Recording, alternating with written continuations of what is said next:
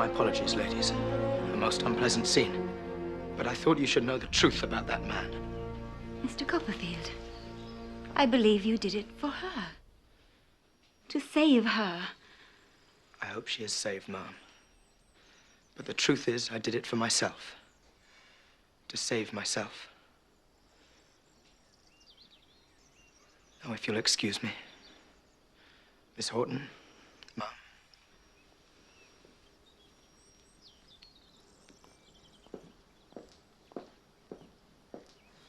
Such a very distinguished man.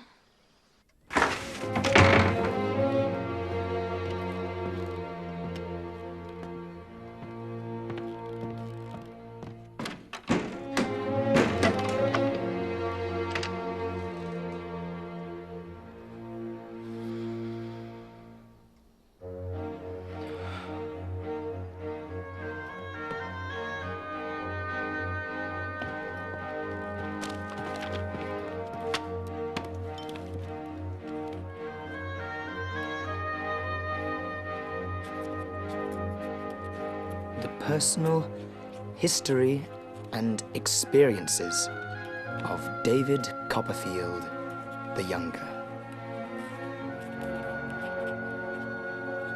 Whether I shall turn out to be the hero of my own life, or whether that station will be held by anybody else, these pages must show. To begin my life with the beginning of my life, I here record that I was born at Blunderston in Suffolk. I was a posthumous child. My father's eyes had closed upon the light of this world 6 months when mine opened on it.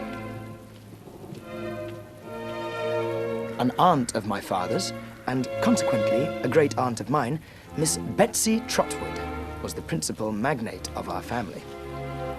My father had once been a favourite of hers, I believe, but she was mortally affronted when he married my mother without first presenting her for inspection and approval.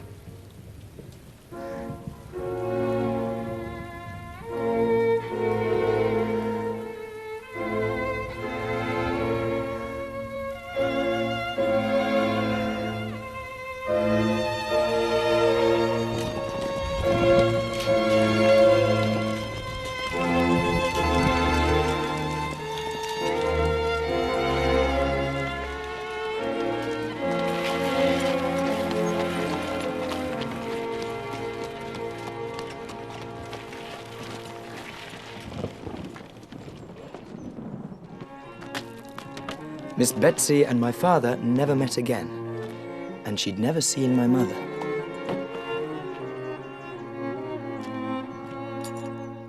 The rookery. Indeed. Where are the rooks? I see no such bird. Ah!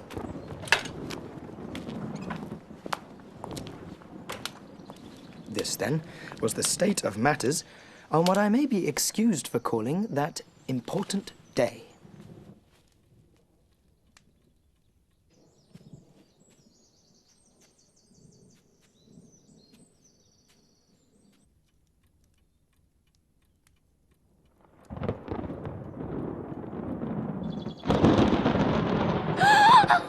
Open the front door!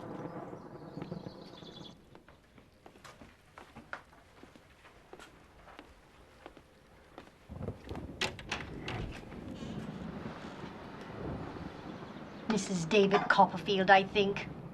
Yes? Miss Betsy Trotwood. You have heard of her, I dare say. I have had that pleasure. And now you see her.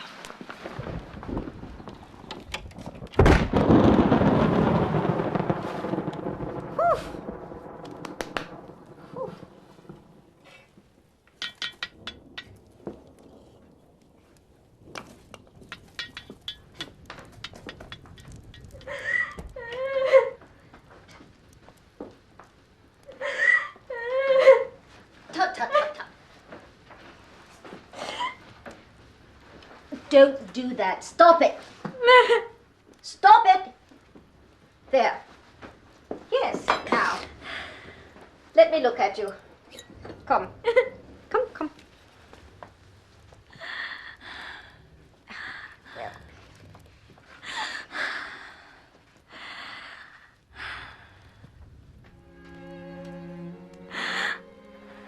bless my heart. You're a very baby. I'm a childish widow. And I will be a childish mother if I live. Nonsense. Sit you down, child. Sit you down. Here in the chair by the fire.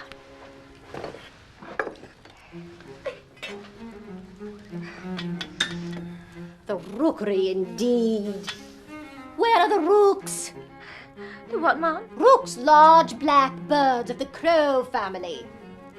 There are none here now. In the name of heaven, why the rookery? You mean the house? Well, of course I mean the house. What do you mean? The name was Mr. Copperfield's choice on account of the old nests in the garden. David Copperfield all over. Calls our house a rookery and there's not a rook near it. Takes the birds on trust because he sees the nest. Mr. Copperfield is dead! How dare you speak unkindly of him? Oh!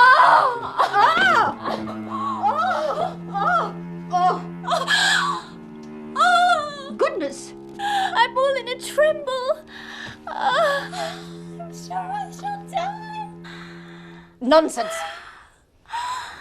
What you need is tea.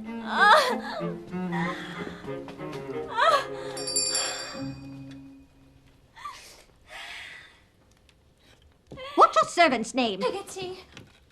Peggotty?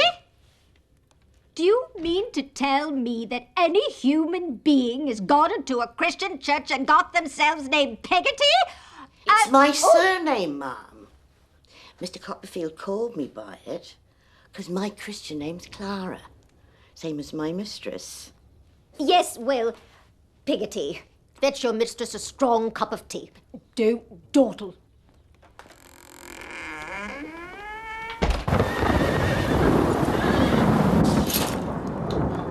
I have no doubt the child shall be a girl.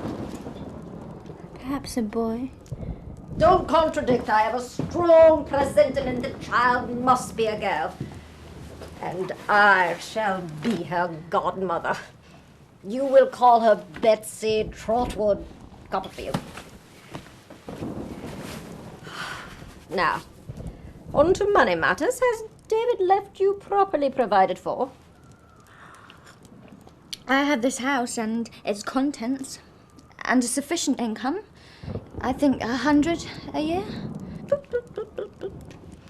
That seems satisfactory.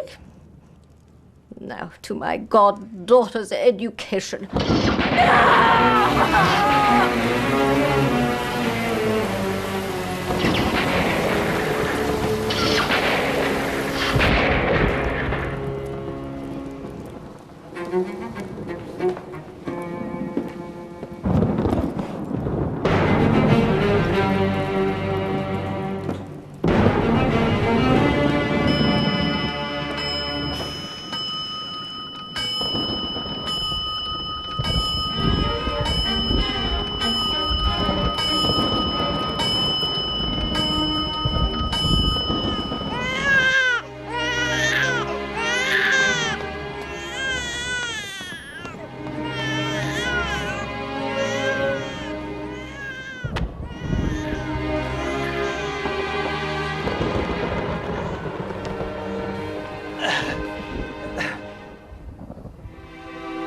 Mom.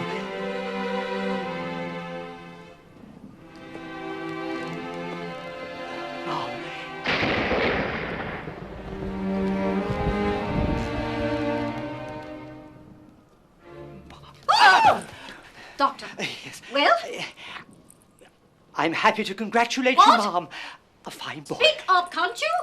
A boy. What is the matter with the man? Why does he whisper?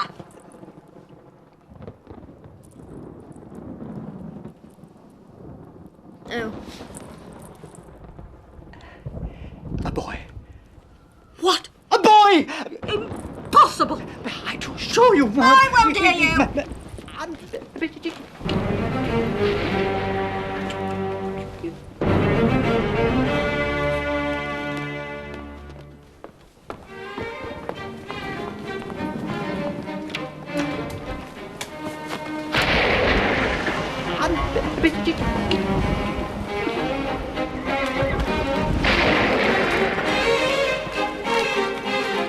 boy! Ha! Here we are. Oh, it's beautiful.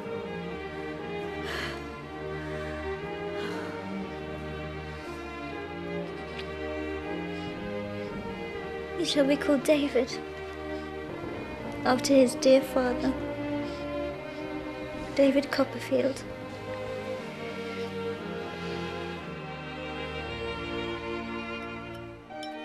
Even now, when I look back on those first 9 years of my childhood, I see nothing but sunlight. Sunlight winking in the window of the parlor where my mother gives me my first lessons, or flooding the garden, glinting on her curls as she gathers fruit, riper and richer than fruit has ever been since, in any other garden.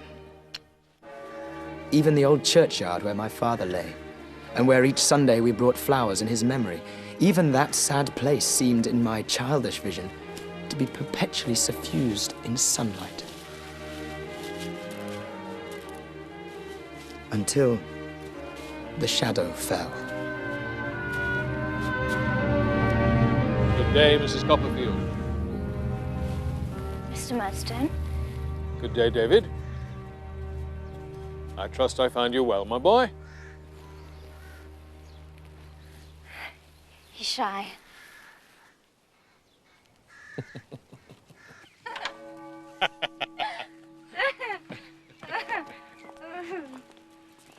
She sang like an angel, Mum. Really? Yes. So this is it. So, goodbye, Mrs. Copperfield. Mr. Murdstone? Goodbye, Davy. Come, my boy. Let's be friends, hmm? Davy?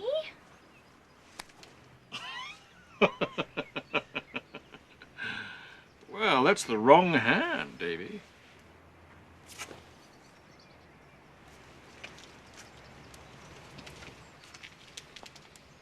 There's a brave little fellow, hmm? Mum. Davy? Master Davy, Yes, Peggotty? how should you like to go along with me and spend a fortnight at my brother's at Yarmouth? Wouldn't that be a treat? Peggotty, is your brother an agreeable man? That he is. And then there's the sea and the boats and the fishermen and the beach. It would be a treat, but what would Mamma say? All as good as better guinea she'll let us go. So what's she to do with herself while we're away? She can't live on her own. Bless you. Don't you know? She's going to stay for a fortnight with Mrs. Graper. Mrs. Graper? Mrs. Graper's going to have a lot of company. Then we can go. Yes. Oh. Poor David. How innocent you were. How eager to leave your happy home. And poor Peggotty. I see the whole plot now. Peggotty was to be ambassadress for my mother and break the news to me during our stay in Yarmouth. Walk on.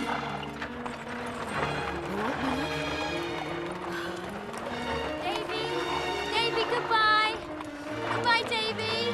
Take care.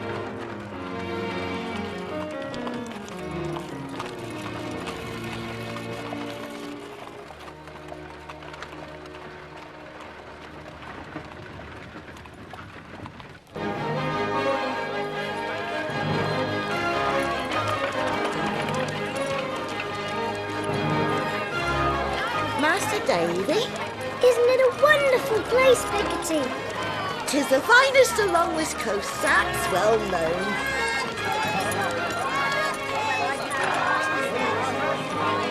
Master Davy, Yes, Peggotty.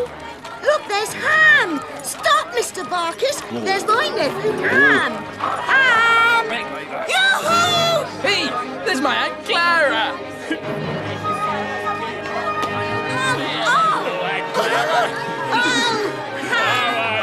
lovely big boy. I got my Master Davy. Hello, sir. Oh.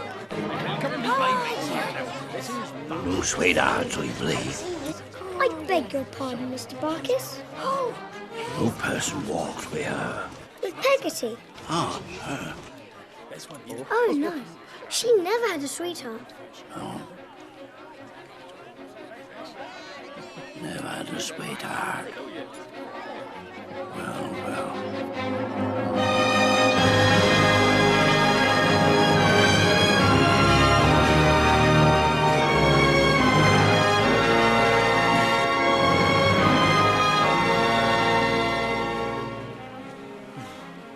Yon's our house, Master Davy. That's a boat, ain't it? You run on and look closer. If it had been Aladdin's palace, I could not have been more charmed with the romantic idea of living in it. The true wonder of it was that it was a real boat that must have been upon the oceans hundreds, thousands of times. Master Copperfield, I'm Donald Peggotty. Glad to see you, sir. You'll find us rough, sir, but you'll find us ready.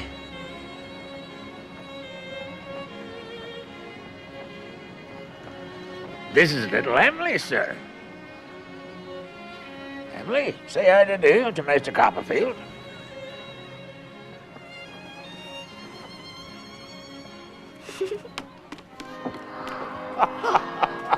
Well, sister. How are you, lads? All right, my love. Oh. Come on, Davy. Mr. Peggotty, Sir. did you give your son the name of Ham because you live in a Noah's Ark? No, sir. His father gave him that name. But I thought you were his father. My brother Joe was his father. Dead, Mr. Peggotty. Drowned it. But little Emily, she's your daughter, isn't she? No, sir. My brother-in-law Tom was her father. Not dead, Mr. Peggotty. Drowned it. Haven't you any children then? No, sir. I'm a bachelor. A bachelor? Then who's this? And you was in bed, Master Davy.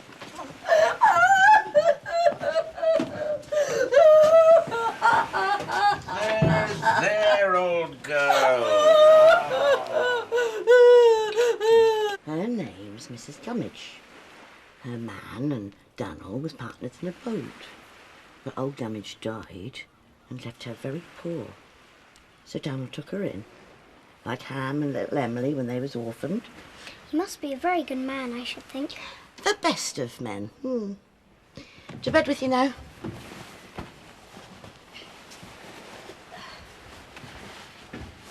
Good night. Night. Davy? Yes, Peggotty?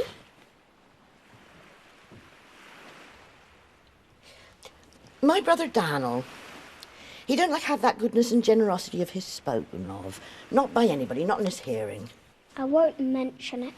Don't. It makes him swear something terrible to do.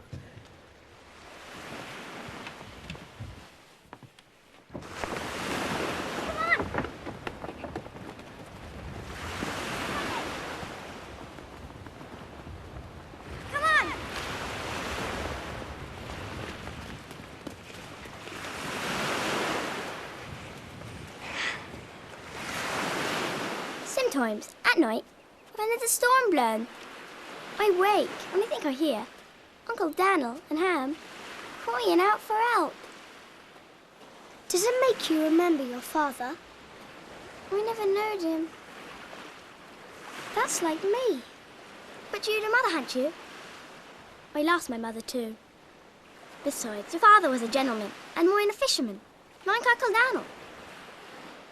Peggotty said I should never mention what a good man he is. Good! If I was ever to be a lady, I'd give him a sky blue coat with diamond buttons, a red velvet waistcoat, a cocked hat, a gold watch and a box of money. Would you like to be a lady, Emily? Yes, very much. Emily, wait!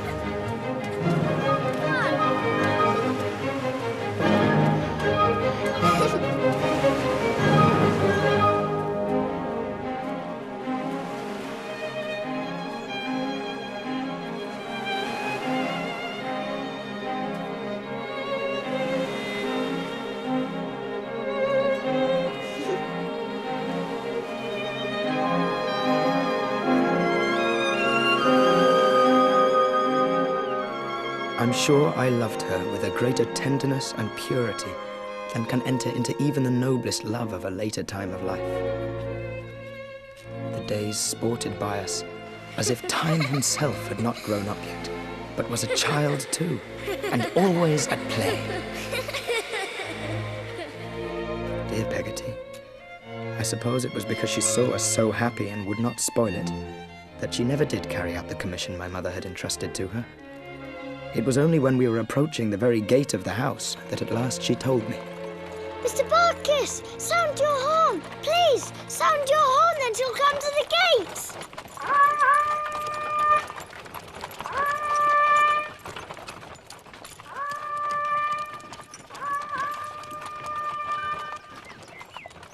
Where is she?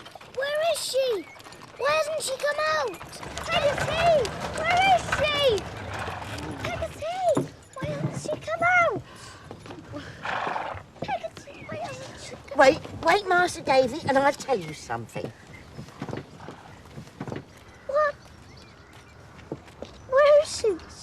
She's not dead. Dead? Of course she's not. Oh, bless the boy. No, Davy. I should have told you something before, but I couldn't bring my mind to it. What do you think? You've got a pa. A new one. Mama! Davy! Clara? My dear? Control yourself. Well, you may kiss your mother, David. Always control yourself. Well now, Davy. How do you do?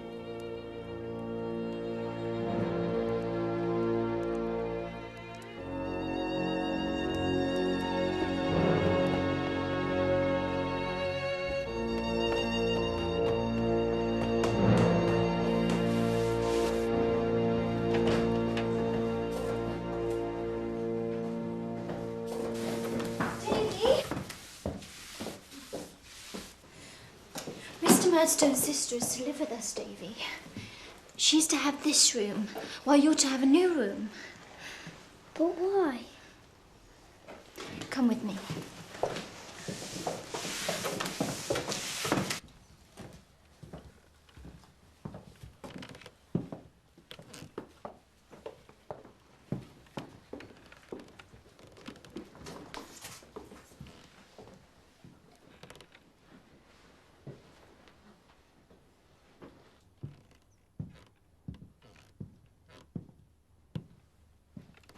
Davy. Clara? What is this? Clara, my love, have you forgotten?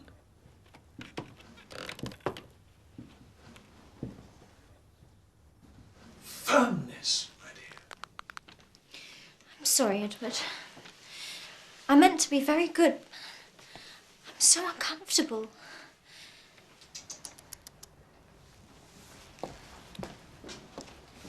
Go you below, my dear. David and I will be down in a moment.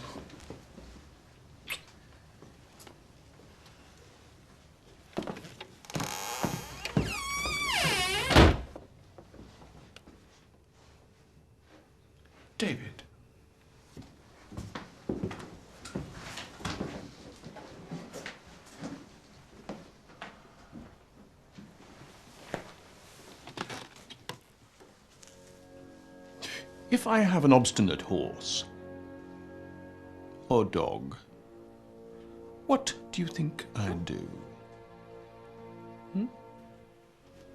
I don't know. I beat him.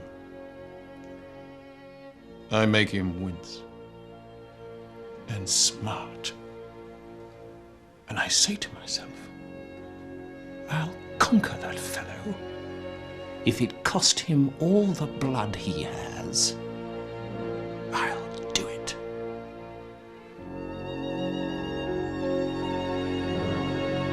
A few days later, she came. Miss Jane Murdstone. Whoa, whoa, whoa. Steady. Easy. I remember when she paid the coachman, she took her money out of a hard steel purse. She kept the purse in a very jail of a bag, which hung upon her arm by heavy chains and shut up like a bite. I'd never seen before, nor have I ever seen since, such a metallic lady as Jane Murdstone. Dear Jane, welcome. Is this your boy, sister-in-law? This is Davy. Generally speaking, I don't like boys. How'd you do, boy?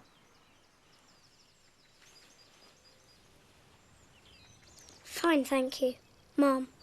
And I hope you are the same. Lax manner. Brother.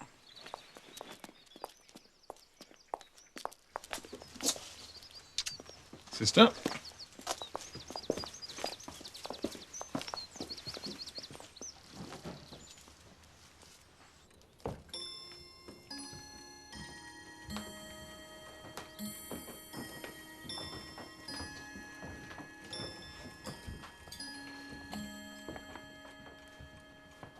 Now, Clara, my dear, I'm come here to relieve you of all the trouble I can. You're much too pretty and thoughtless to have any duties imposed upon you that can be undertaken by me. Give me your keys, my dear.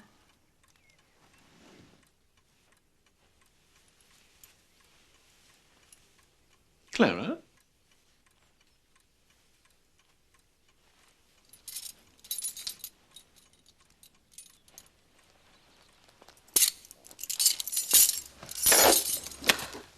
It's very hard that in my own house... In my own house?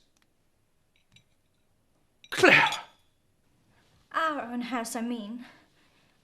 It's very hard that I may not have a word to say about domestic matters.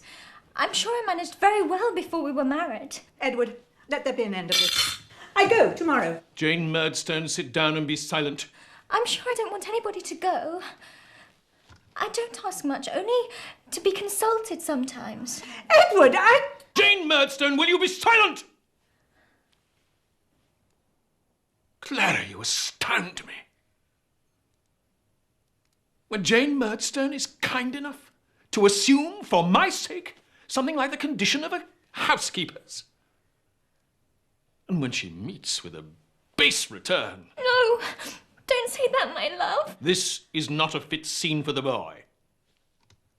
David, go to bed. But, sir... To bed, I say!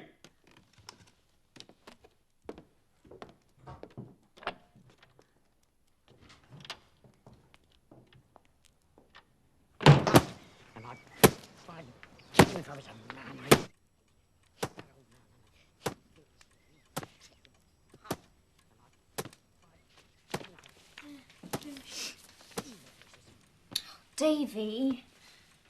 Davy? Be firm with the boy, Clara. He knows his lesson, or he does not know it. He does not know it.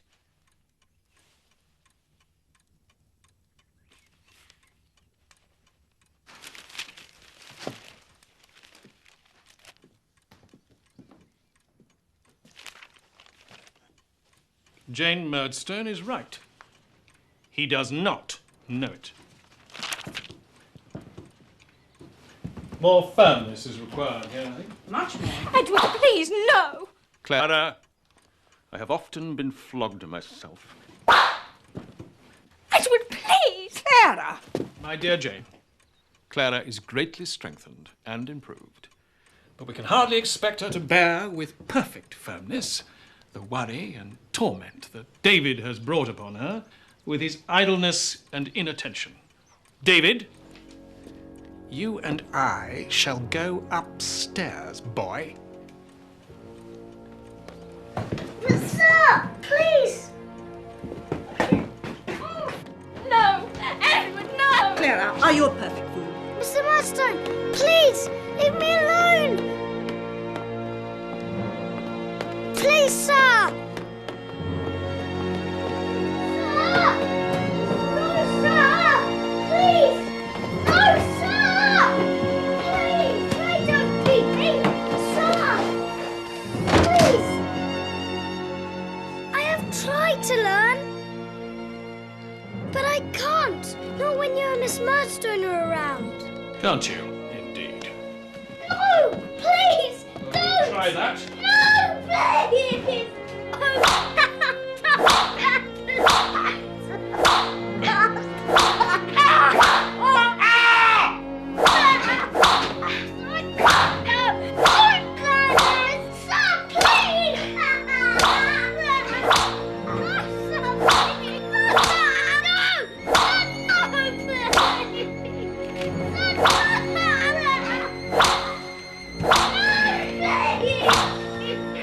He beat me then, as if he'd have beaten me to death.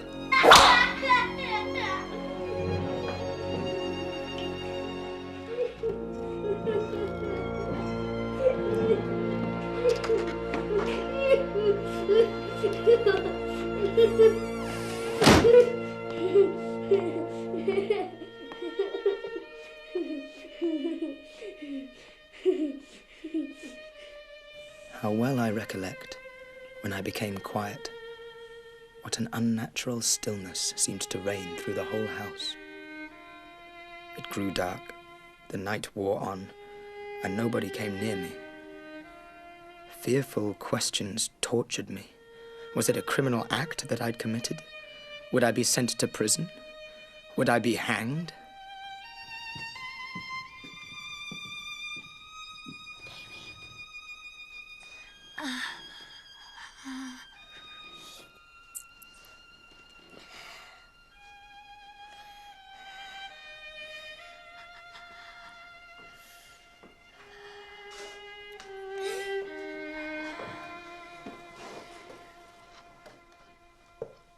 Is that you, Peggotty?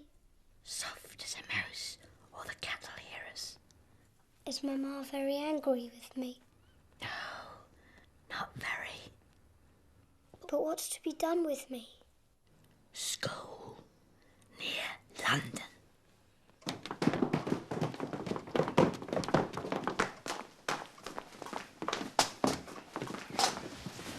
Oh, Davy. Mamma, please forgive me. Please. Clara! I do forgive you. Clara! But try to be better. Pray to be better. I do forgive you. Goodbye, my child. David!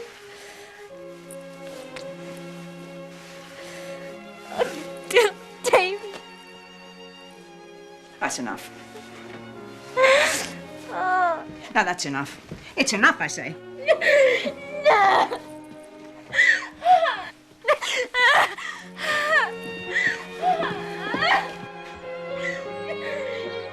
Go on, up you go.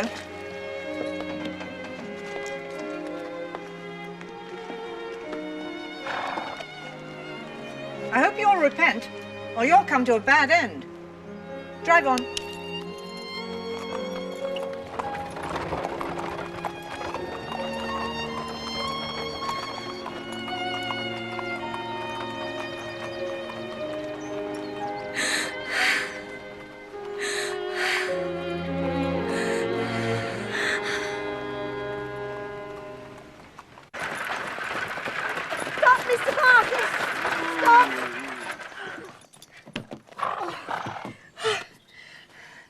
You mustn't never forget me, Davy, for I'll never forget you. And I'll take as much care of your ma as I ever took of you, and I will never leave her.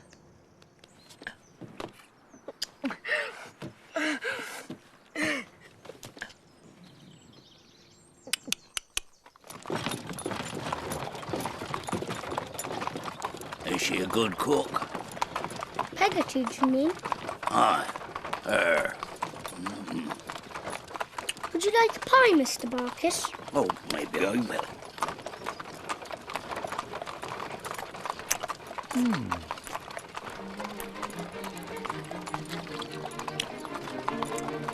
Perhaps you might be writing to her.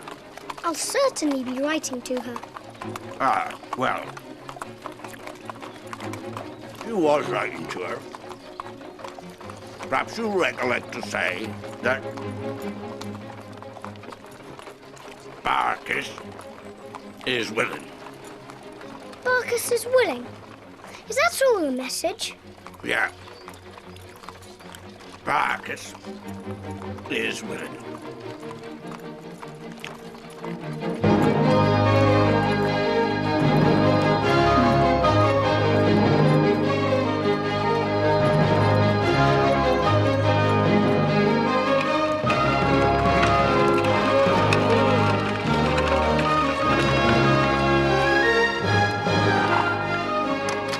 Right, now, come on, hurry up!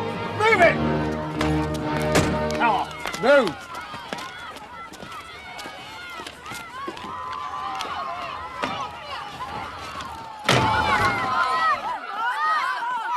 Is this the new boy, Mr. Tongueye? It is, Mr. Creakle, sir! Fetch him up.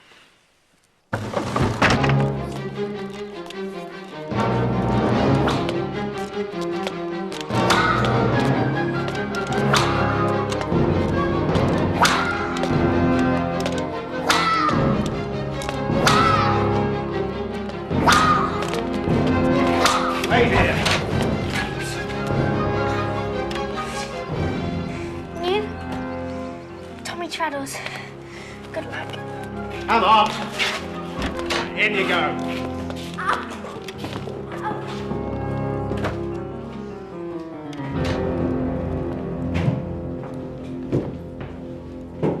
So, this is the young gentleman whose teeth are to be filed.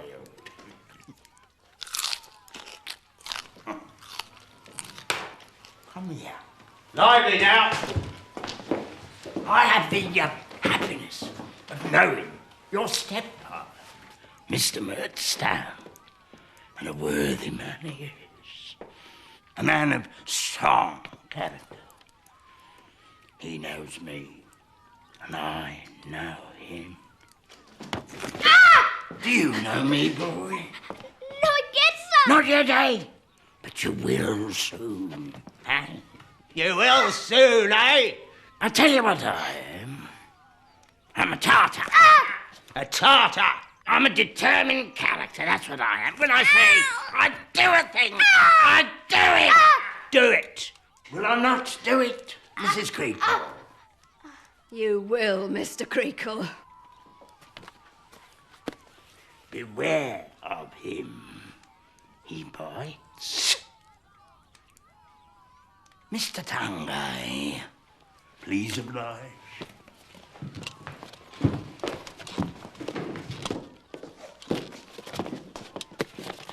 It seems you're famous for biting, boy. Well, I'm famous for biting. Ah! Terrible! What about this for a tooth? Is it not sharp? Will it bite, eh?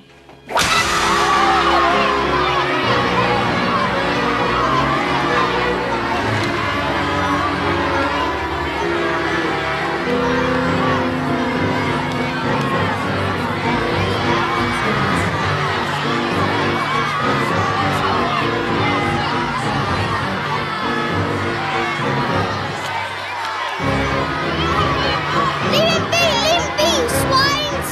Shut up, Traddles, you girl!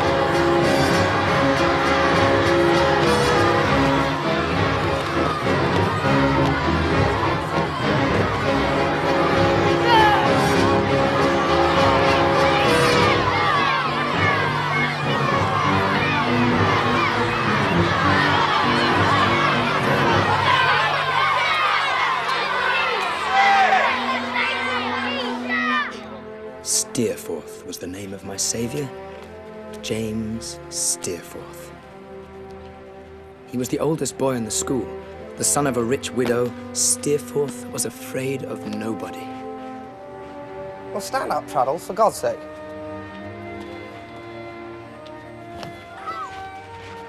You. Up you get, young'un. What's this? What is this? I call it a rotten shame, don't you, boys? Yes!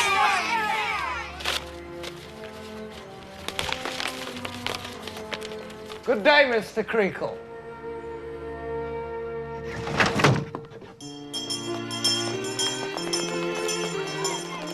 Tuck yourself in. Don't you worry. I'll look after you.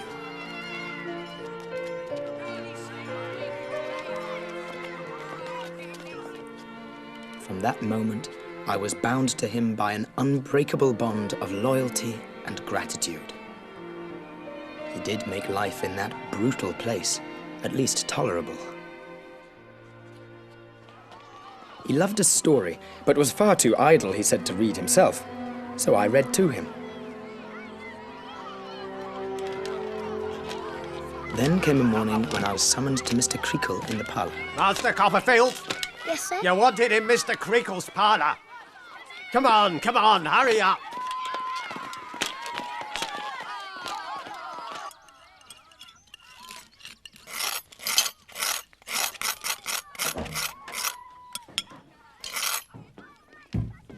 Come here and sit down, David. I have something to tell you, my child. You're too young to know how the world changes every day, and the people in it pass away. But it's something we've all got to learn, David. Some of us when we're very young. I grieve to have to tell you that I hear this morning that your mamma is gravely ill. She is very dangerously ill. She is dead. Man that is born of a woman hath but a short time to live, and is full of misery. He cometh up and is cut down like a flower. He fleeth as it were a shadow, and never continueth in one day. In the midst of life we are in death. After you went, she got more timid and frightened like. A hard word was like a blow to her. But still she would love them two downstairs, because she couldn't bear not to love anyone who was about her.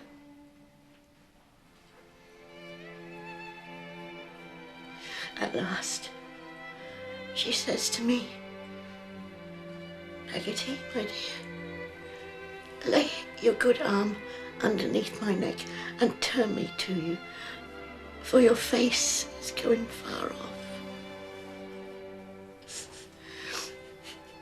And she called on God to bless and protect her fatherless boy. And then she died. Like a child that had gone to sleep. Oh.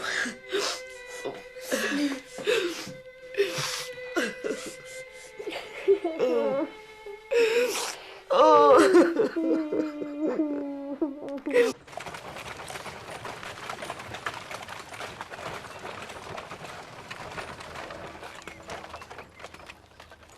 I hope that you and Mr. Barkis will be very happy together, Peggotty.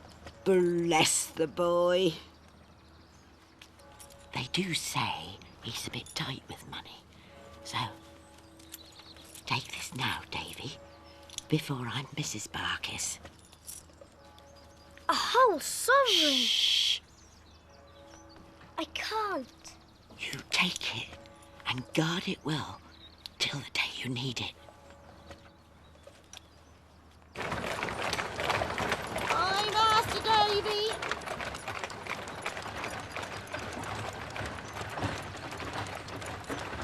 No, don't agree, don't agree. It's a waste of time. And what's more, it's a waste of money. Put it all to auction, house and contents. Lock, stock and barrel. It's quick, and you'll get your price. Come.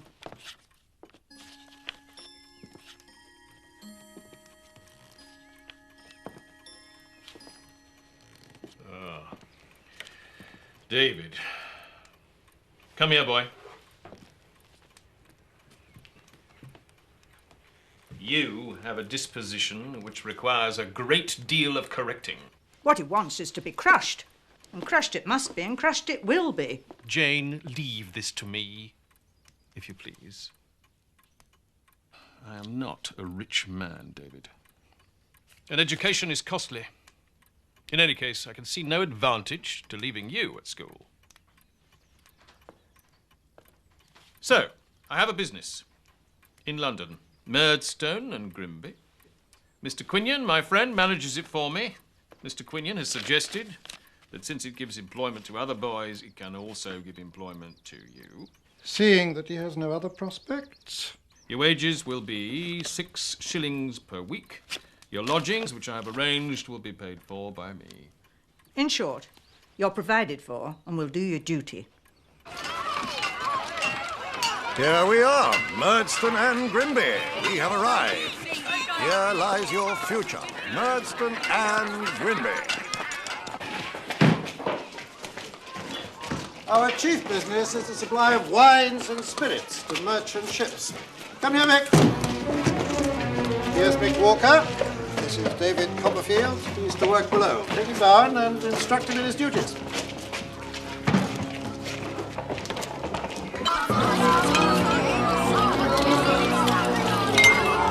Confidentiously, not to be repeated to Mr. Q.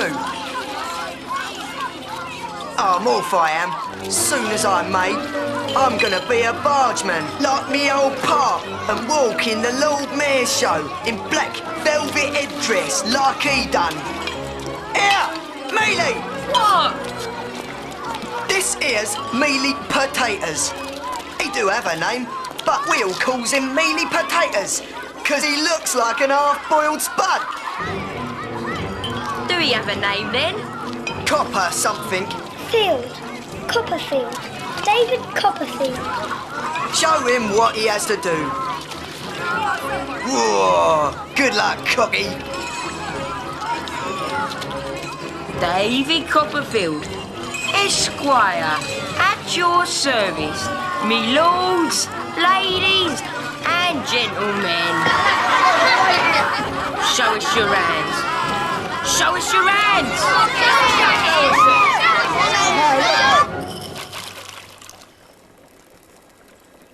Now, my lady, observe if you please.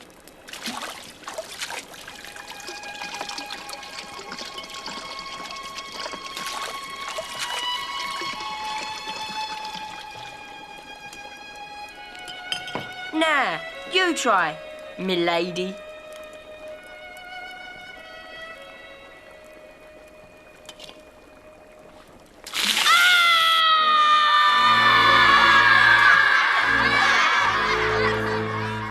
No words can express the secret agony of my soul, the sense I had of being utterly without hope, the misery it was to my young heart to know that day by day all I had learnt and thought and delighted in would pass away from me little by little, never to be brought back any more. But then, in that utter darkness, came a gleam of light.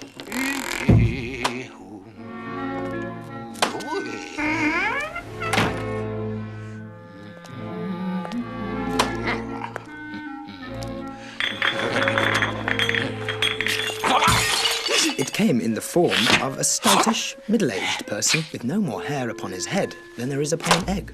This is Mr. Micawber. Mr. Micawber is known to Mr. Murdstone. He takes orders from us on commission when he can get any. You will be lodging in his house.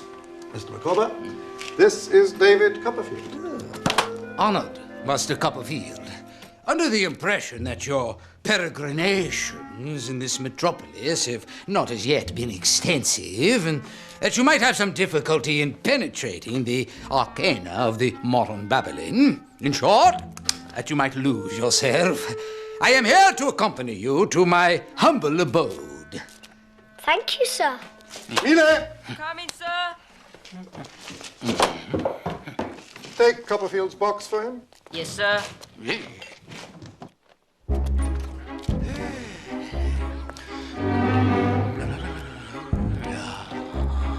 Stop! Micawber! Stop! This way, Master Copperfield! Stop! Pay no attention! Pay me! I'll have the law on you! Stop! Master Copperfield, if there is one great universal truth to be discovered as we journey through this vale of tears, it is this. Annual income £20, annual expenditure £19, 19 and 6. Result, happiness. Annual income £20, annual expenditure £20 and 6 pence. Result, misery. Open this door and pay your debt, sir!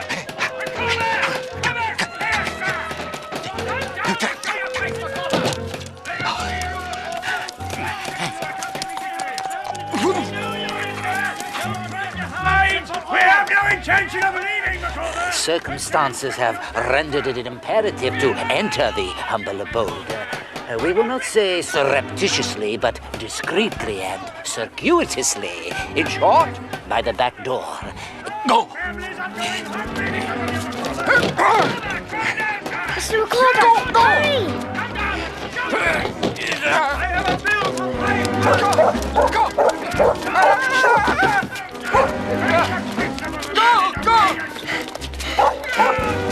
Come on, sir! Go down there, Copperfield! Here, will you do the honors, Master Copperfield? Go, go!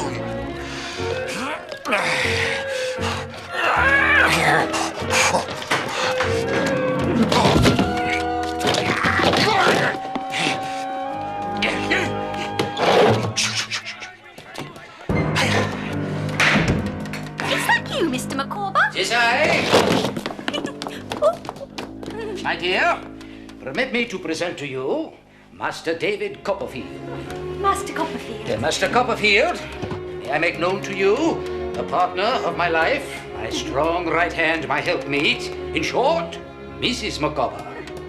How do you do, ma'am? Micawber! Upstairs, upstairs. Leaving, Micawber, until you settle your debts, sir! We'll have it!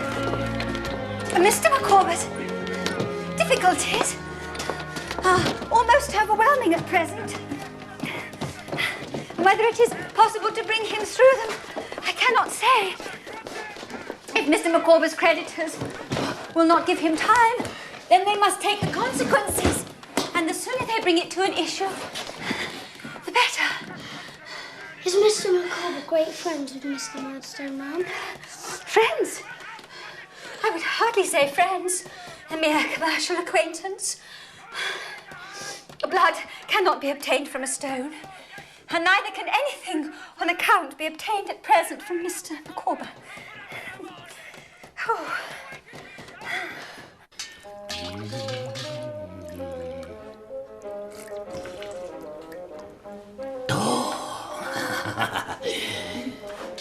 My family are of the opinion that Mr. Micawber should quit London and exercise his talents in the country. Mr. Micawber is a man of great talent, Master Copperfield. I'm sure he is, ma'am. My family are of the opinion that, with a little interest, something might be done for a man of his ability in the Custom House. Yes. In the meantime, I remain confident that something will turn up. My dear, I give you Master Copperfield. You're welcome under our roof, sir.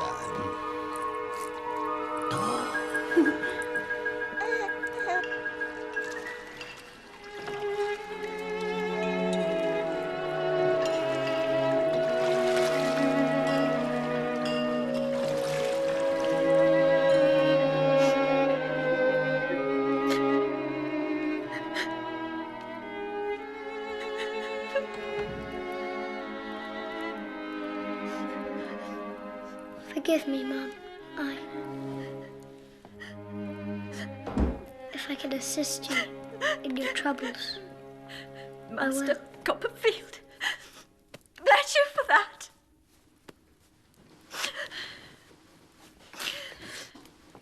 I cannot treat you as a stranger, and therefore do not hesitate to say that Mr. Micawber's difficulties are coming to a crisis. I'm very sorry to hear that, Mum.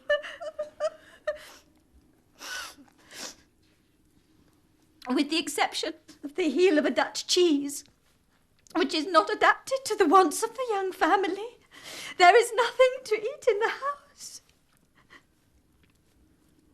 Mr. Micawber has taken the children to the pie shop in the hope of obtaining a little more credit. Take this, Mum. Please. Oh. Please. As a loan, Mum. No,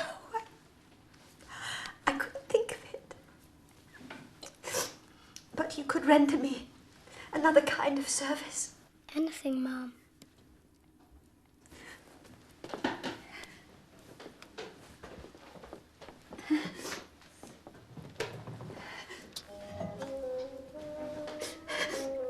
They were my dear papa's. Mr. Micawber's delicate feelings would never allow him to... Pawn them, Mum. Well, let us say, rather, dispose of them. And such transactions are too painful for me. But if I might ask you, Master Copperfield... Anything, Mum.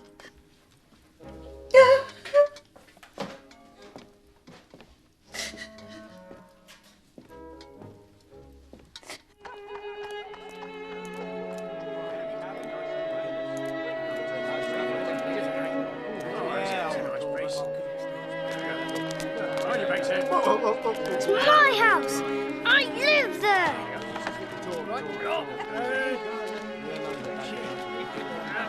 What happened? Get us prison.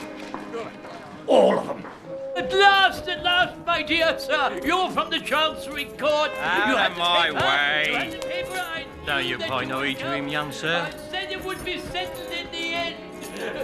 Wait! There is the papers. You must have the papers.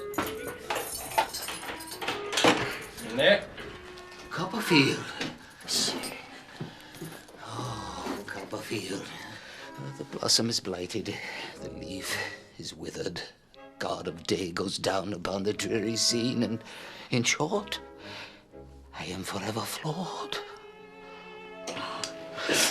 I never will desert you, Mr. Micawber. Emma, my angel.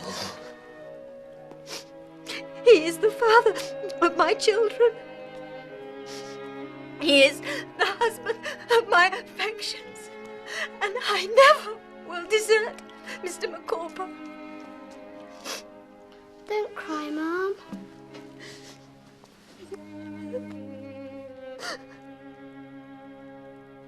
I went to the pawn shop as you asked. What?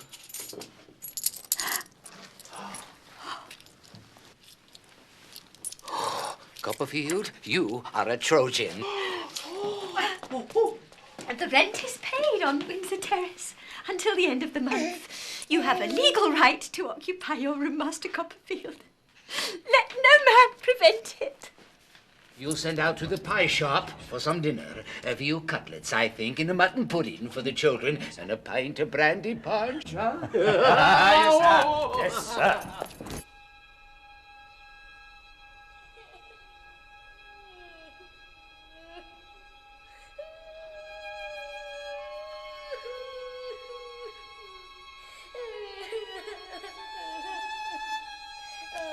To add to the daily miseries of my own existence, I was now haunted by the awful fate that had befallen Mr. Micawber and his family. I imagined them shut away forever in that dismal prison, the children growing up pale and thin like the roots that sprout from a potato in a dark cupboard. Picture then my astonishment and joy when, upon leaving the warehouse one night, I beheld Mr. Micawber himself. Mr. Micawber! Copperfield! Come. It was a relation of Mrs. Micawber's, an aunt who, upon hearing of our plight, advanced a sum sufficient to obtain our release from that place of desolation. She stipulated only that we should at once quit the modern Babylon and go down into the country.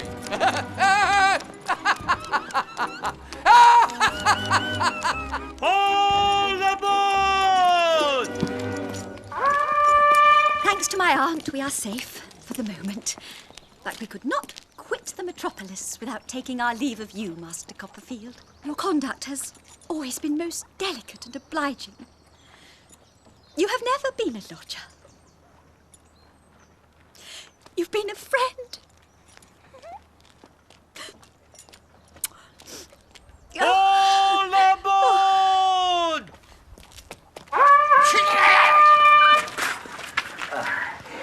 My dear Copperfield, farewell. Every happiness and prosperity. If in the progress of revolving years I could persuade myself that my blighted destiny has been a warning to you, I should feel that our friendship, though brief, had not been in vain. All aboard! Yeah! Please, sir. Mr. Micawber, sir. I really think you should go now. In case of anything turning up, of which I am rather confident, I shall be extremely happy if it should lie in my power to improve your prospects. All aboard! Yeah! Farewell!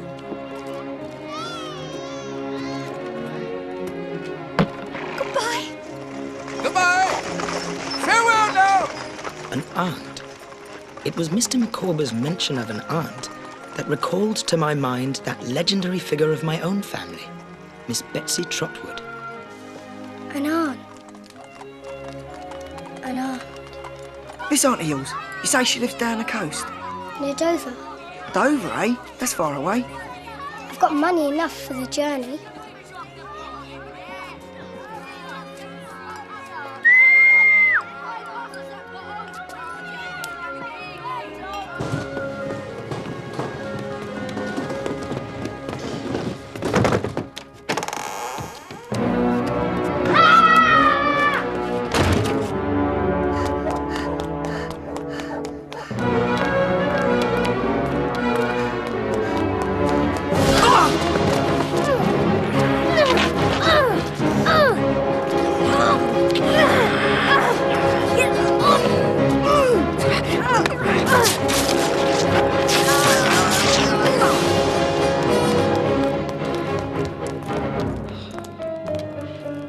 Walker, what is that in your hand? Nothing.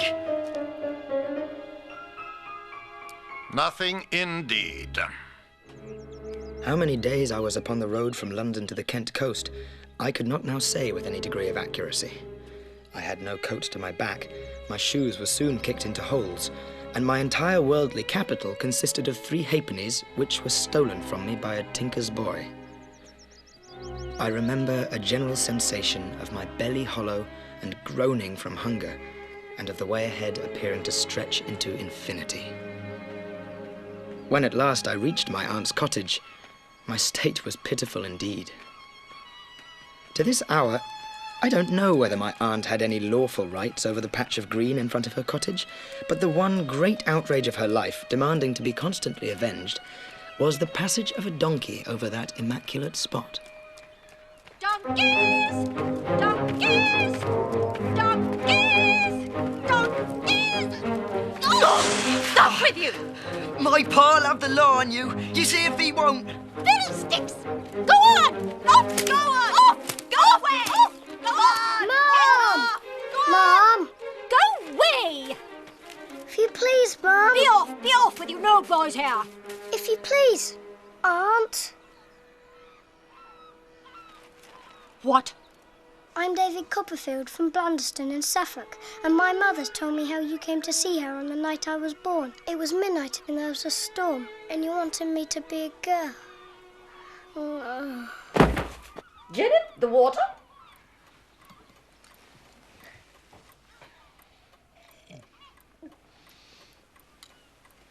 Janet, the tonic.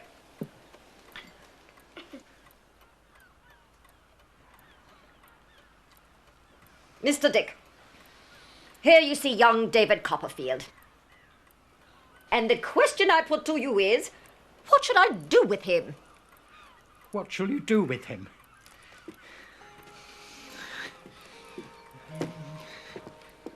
Oh, do with him? Yes, come. I want some very sound advice. Why, if I were you, I should wash him. Mr. Dick sets us all right. There we are, Master David. Janet! Donkeys! Oh, donkeys! Donkeys! Donkeys! Donkeys! Go on, Oh, go! no. Go! Go! All right, we're Go, going. go, Come on, go, donkey. Come on, get go! All right. Go!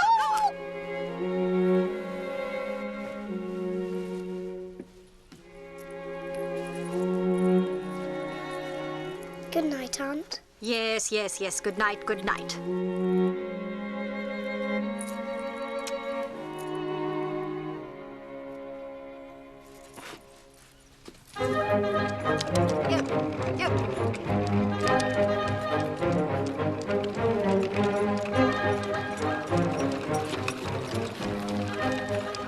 We're off to Canterbury to consult with Mr. Wickfield. How's this for a kite, Davy? There's plenty of string, you see, and when it flies high, it carries my words far, far away. That's my manner of diffusing them. We'll be home well before dark.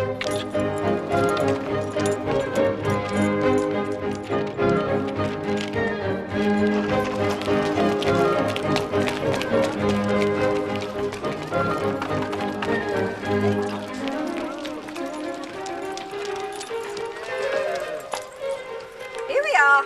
We won't be long. Mr. Wickfield is my lawyer. Here you are.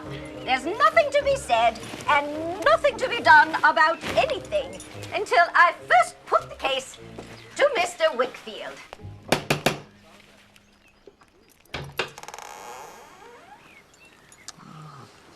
Good day, Miss Trotwood.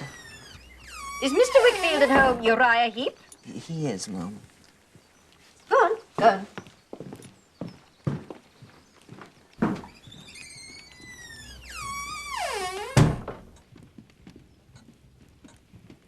This is my nephew. I should say my great-nephew, David Copperfield. Honoured, I'm sure, Master Copperfield. Mr. Wickfield is in his room. Yes. You stay here. Master Copperfield is welcome to wait in my room, if he should care to.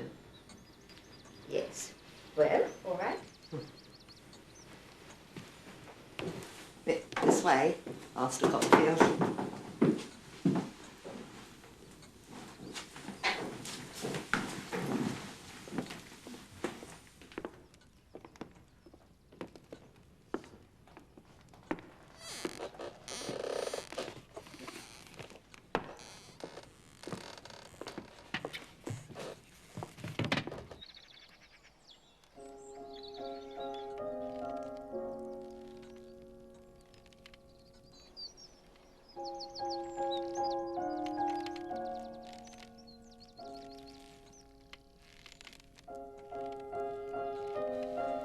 That is Mr. Wickfield's daughter, Agnes.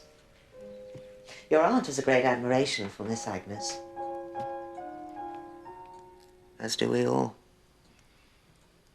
Even so humble a person as myself. I suppose you're quite a great lawyer then, Mr. Heep. Me, Master Copperfield? Oh dear, no, no. I'm the very humblest person going, Master Copperfield. My mother likewise was a very humble person. My father's former calling was humble. He was a sexton. What is he now? He is a partaker of glory at present, Master Copperfield.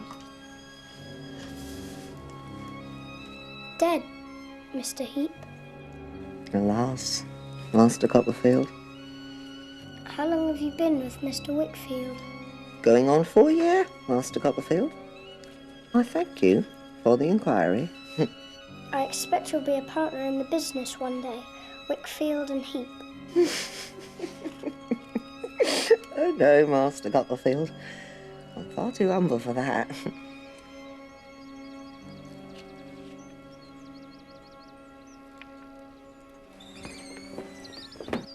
Has anything been decided yet, Aunt?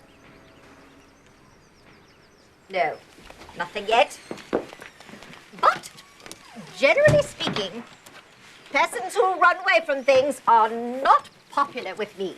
You must grasp the nettle of life, and it won't sting you.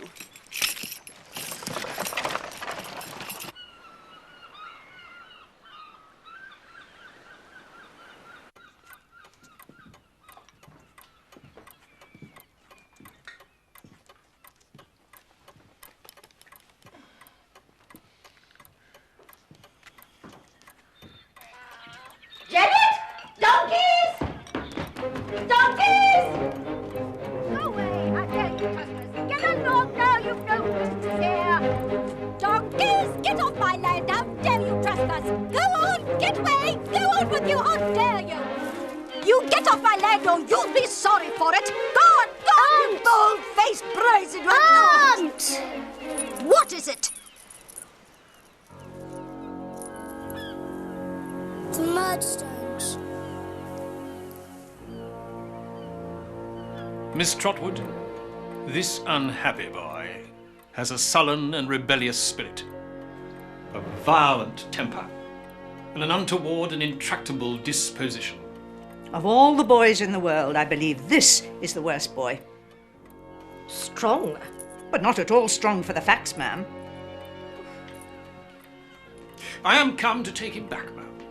To take him back unconditionally. To dispose of him as I think proper. And to deal with him as I think right. Really? I must caution you, Miss Trotwood. If you step in between him and me now, you step in forever. What? I will not trifle. Is he ready to go? For if he is not, my door will be closed against him forever. And I take it for granted that yours is open on the same basis. Oh. Good Lord. David? Are you ready to go? Please, Aunt. I beg of you with all my heart, please don't make me go with him. Oh. Mr. Dick, what shall I do with this boy? Have him measured for a suit of clothes directly. Oh. Mr. Dick, give me your hand. Your common sense is invaluable. Yes, it is. Don't think I don't know what kind of life you must have led that poor, unhappy Mr. Wretched baby, his mother. Smirking and lurking, making eyes at her, I'll be bound, as if you couldn't say boo to a goose. I never heard anything so elegant in my life. Miss Trotwood, if you were a gentleman... Oh, stuff and nonsense. Don't talk to me. What a choice of words. And as for you, madam, let me see you ride a donkey across my green again, and as sure as you have a head on your shoulders, I'll knock your bonnet off and tread on it. I never heard anything like this person in my life.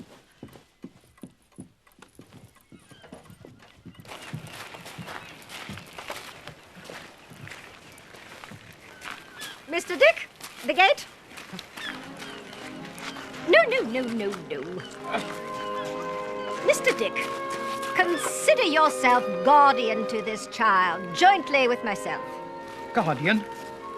Jointly? Delighted.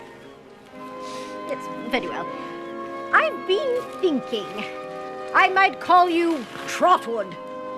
Trotwood Copperfield. How would that suit you?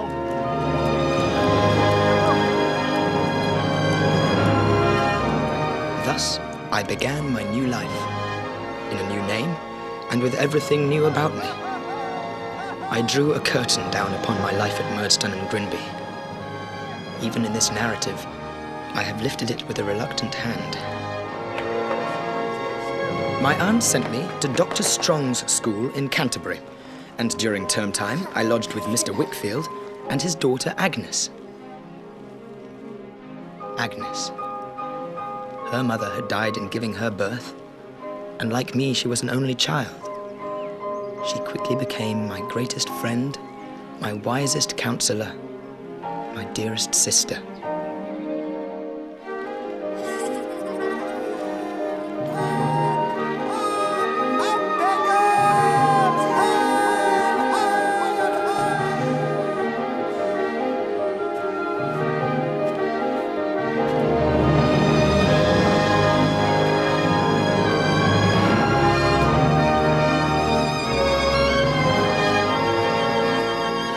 So the years passed. When I was grown to something like man's estate, my aunt decided I should be a lawyer, sent me to London, and purchased articles for me in the firm of Spenlow and Jorkins of Doctors' Commons.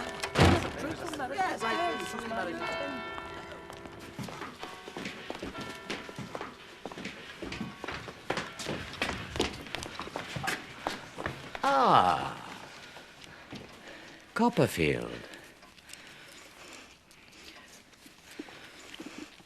Excellent. Come in. Come in.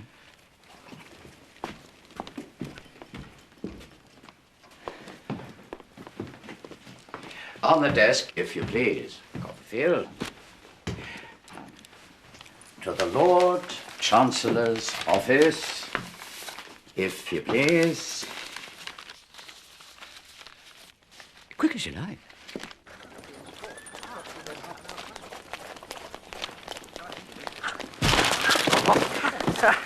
I'm terribly sorry. My dear sir, I do apologise. No, it was my fault, absolutely. I'm terribly sorry. Traddles! Copperfield? David Copperfield? How are you? It's wonderful to see you. And you too. Oh, I'm still, Well, you're still pretty much the same as you yeah, were before. well, I know it was Tommy Traddles indeed, my old school friend. Incredible surprise. My aunt had found lodgings for me in Buckingham Street and made me a modest but sufficient allowance. And as I was about to take a short holiday, my employer, Mr. Spenlow, had invited me to pass a night at his country house. Handsome, eh?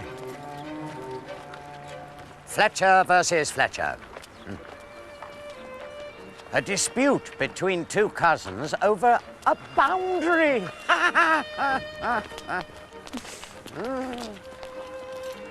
Fletcher versus Fletcher. Highly lucrative. But then, of course, the very best sort of professional business is a disputed will. Very pretty pickings indeed to be had there in the way of argument and counter-argument and the evidence of interrogatory and counter-interrogatory and so on. And since the costs invariably come out of the estate itself, both sides can go at it in a lively and spirited manner with expense. No consideration at all.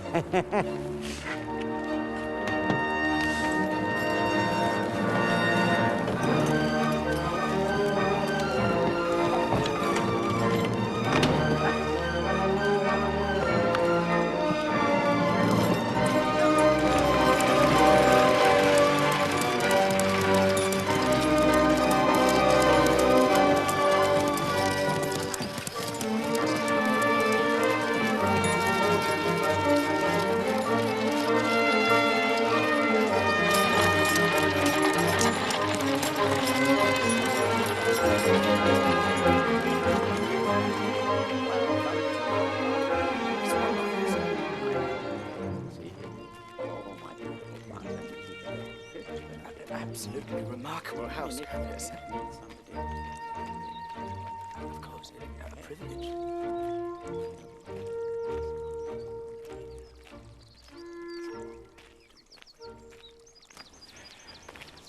Copperfield. My daughter, Dora.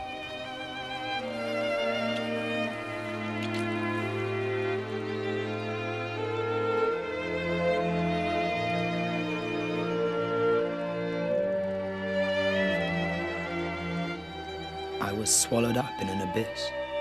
There was no pausing on the brink, no looking down or back. I was gone headlong. I loved Dora Spenlow to distraction. And then... And this is her confidential friend and companion, Miss Murdstone. Alas, Dora has no mother living. I'm already acquainted with Mr. Copperfield. It was in his childish years. Circumstances have separated us since. I should never have known him. How she enchanted me. I was lost in blissful delirium, but not quite lost. There was still that spectre hovering.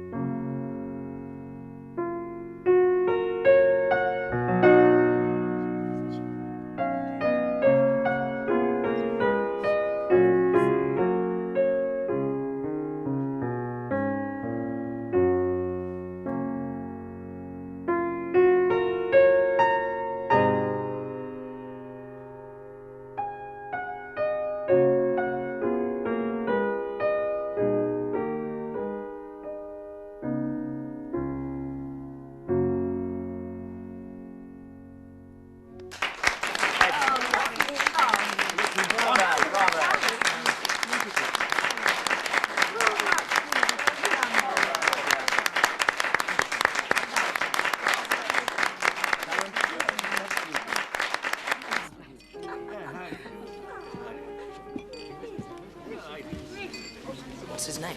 Excuse me, my dear, but I must take you away to introduce somebody that is lying to me for you.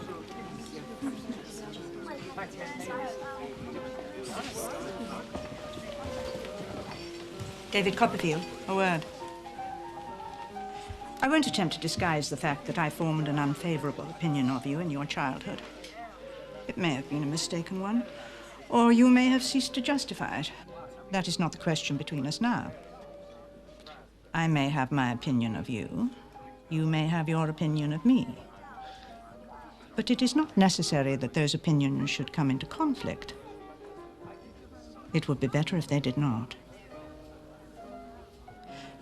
Let us therefore meet here as mere distant acquaintances. Do you agree? I said I would return, Mr. Copperfield.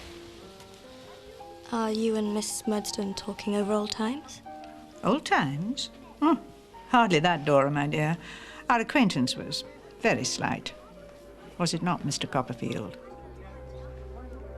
That was the moment to speak out, to say the truth. No, shout it. Very slight.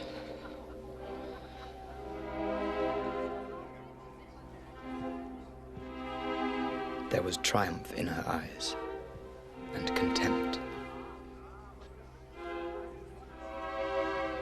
I can see it now. I can acknowledge the justice of it. I'd taken the easy path, the coward's path. Dear God, what evil was to flow from that fatal weakness?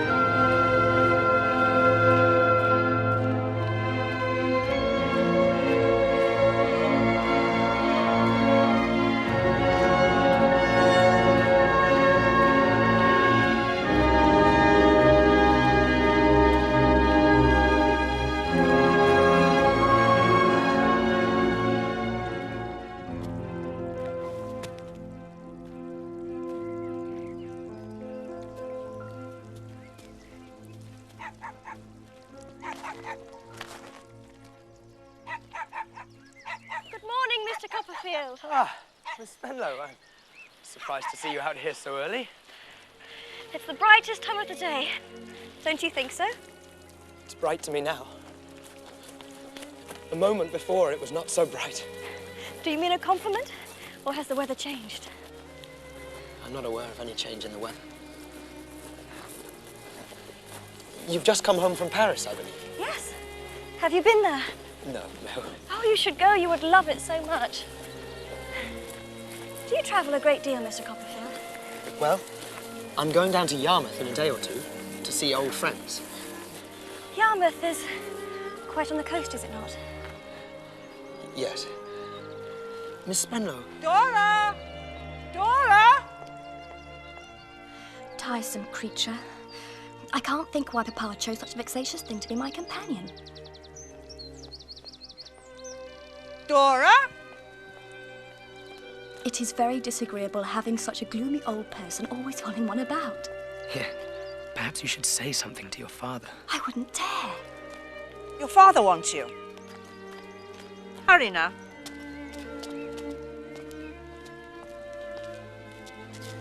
Goodbye, Mr. Copperfield.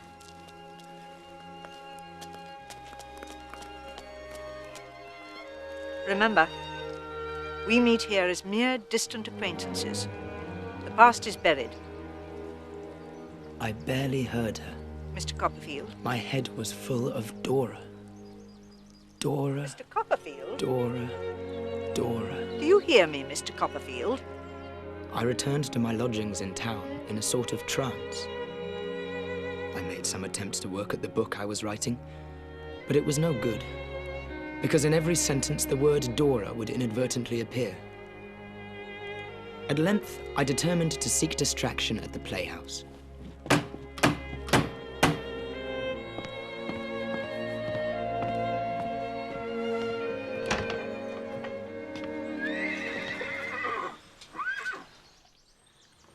Mr. Murdstone.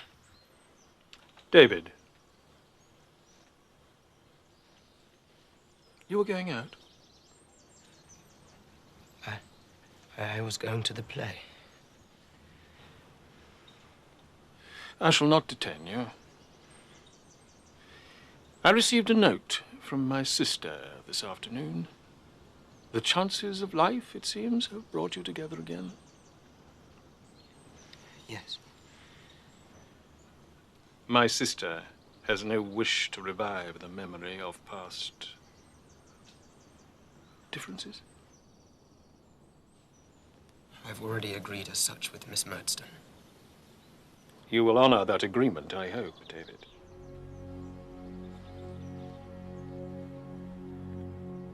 You may imagine that you have much to tell of her, and of me, to our detriment. But equally, we have much we could say about you. Can you think that I would wish to resurrect the past, Mr. Murdstone?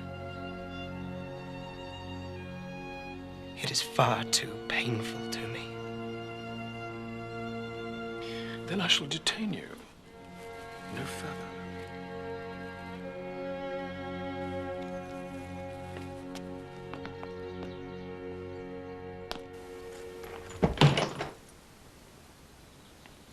The present Mrs. Murdstone. I would crave the honor of making her known to you, but I must not keep you from the play.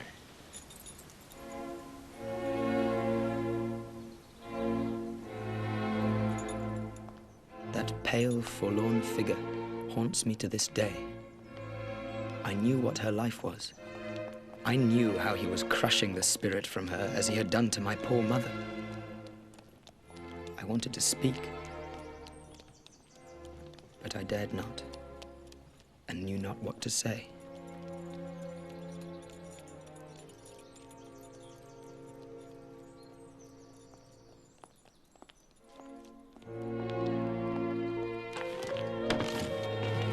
So I went to the play. As I came out after the performance, I encountered another ghost of my childhood. But here was no grim spectre to resurrect all the pain of it, but a bright spirit to revive the few fleeting moments of content. It was James Steerforth. Steerforth! My friend and protector of Salem House School. Steerforth! Steerforth! Wait! It is Steerforth!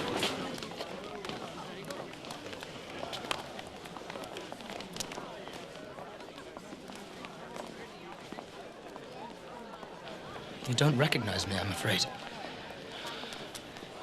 Oh, my God, it's little Copperfield. Well, you're just what you always were now I look at you. Not changed in the least. My dear Steerforth, I never was so glad. I'm overjoyed to see you again. Well, what the devil are you doing here? I was at the play. What a delightful and magnificent entertainment. My dear young Davy. You're a daisy. The daisy at the field of sunrise is not fresher than you are. I thought it was the worst play I ever saw in my life. It was a perfectly miserable business.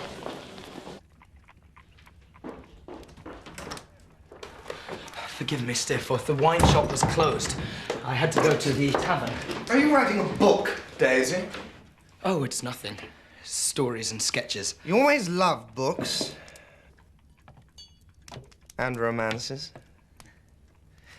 I remember when you used to read to me. I'm not much used to company, I'm afraid. When do you go to Yarmouth? Tomorrow. London's devilish dull at the moment. And I have some thoughts of buying a boat. If you could bear my company, I'll come down with you. My dear Steerforth, I'd be honored and delighted. Well, that's settled then. And so we went together on that fateful journey. I'll see you shortly. Take care. Upon our arrival, we parted. Steerforth to explore the town, I to see Peggotty and her husband Barkis, who was ailing.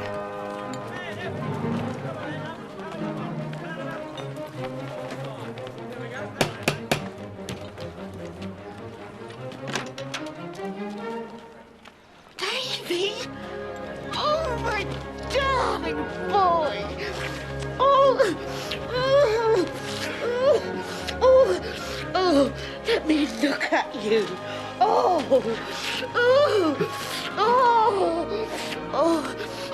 Barkis will be so glad. It'll do him more good than a pint of liniment. How is it, Peggotty? Bad. Very bad. It's the rheumatics. Will you come up and see him, my dear? Well, Barkis, here's medicine for you.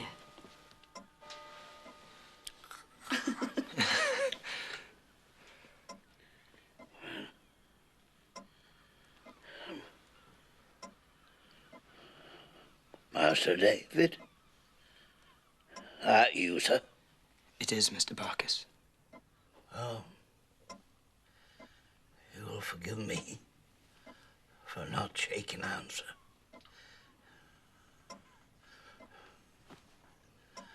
But if you was to shake the tassel of my nightcap, I'd take it friendly.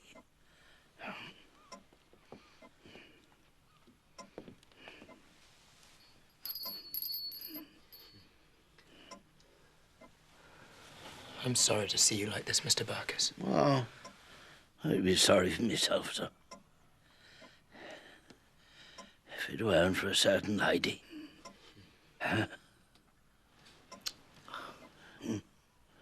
She's the usefulest and best of all women, sir. Is C.P. Barkis. No, Barkis. And that's true, sir. That's as true as turnips is. It's as true as taxes is. And nothing's truer than them.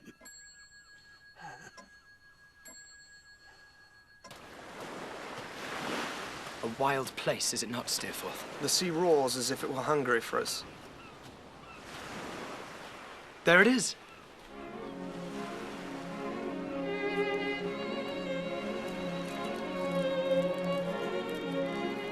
It's little Emily.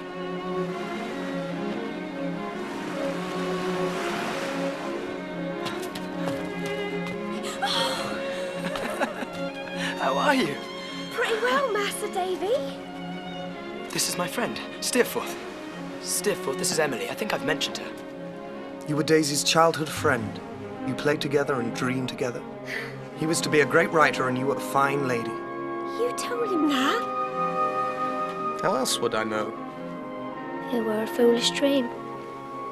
I'm older now. And wiser. I hope so. We trade our dreams for what we call wisdom. I wonder, is it a good exchange? Master Davy! Master Davy! Master Davy! Davy! This little Emily of ours ain't my daughter, sir. So I understand, Mr. Peggotty. But I couldn't love her more. Well, I'm sure you couldn't. Now, there's a certain person as has known our little Emily ever since the time her father was drowned. Not much of a person to look at. Something of my build, rough. Good deal of the sou'wester about him. Very salt. But he's a decent enough person, and his heart's in the right place. Now, what do you think this here blessed tarpaulin go and do? He loses that there heart of his to our little Emily. All of a sudden, one evening comes Emily from her work, and him with her. Now look here, he cries out, joyful. This is to be my little wife. And she says, half bold, half shy, yes, uncle, if you please. If I please. Will you take up your glasses, one and all? Oh, and for you, Mrs. Gummidge. I gives you our Emily and her Am. Emily and Ham.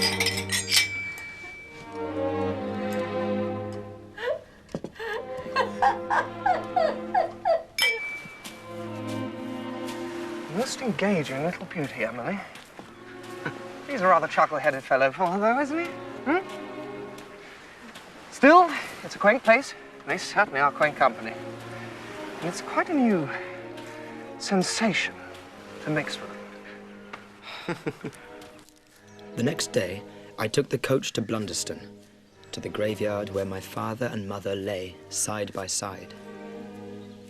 The breeze in the yew trees seemed to whisper of old days, those happy days before my mother married Mr. Murdstone. And something else it seemed to whisper. A name. The name Dora Spenlow. I got back to Yarmouth earlier than expected, my head still full of that name, which to my fevered fancy sounded like a spell. Anyway, it's been a delight. I'll see you soon. Daisy! You're back!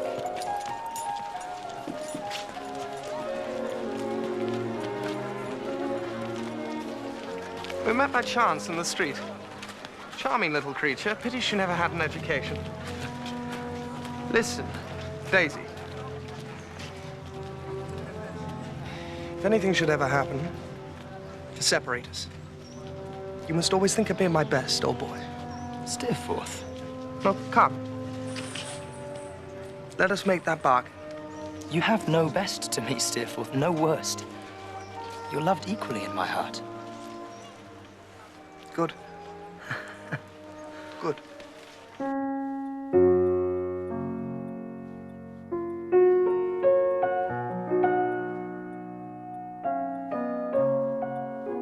Do you like music, Mr. Copperfield? It's very beautiful. Miss Spenlow. I like this piece very much, but it makes me so sad. Dora.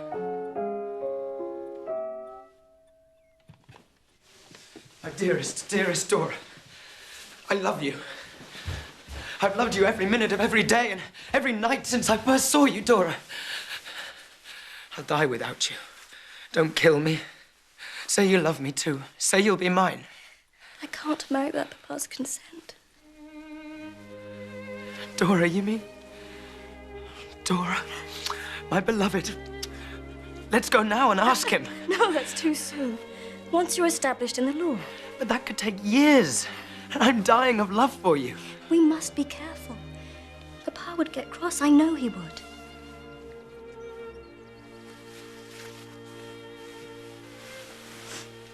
Don't look sad. We will meet often.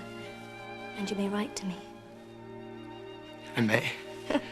But in secret, always in secret. You must address your letters to my maid Hetty.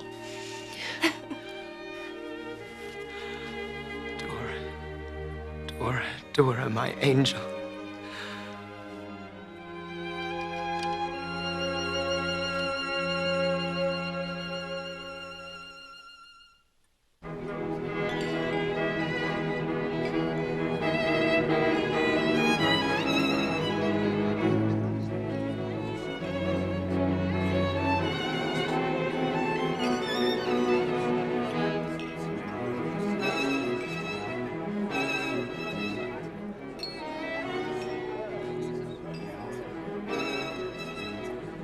Good evening, Mr. Wickfield. David, this is Mr. Waterbury. David? Sir?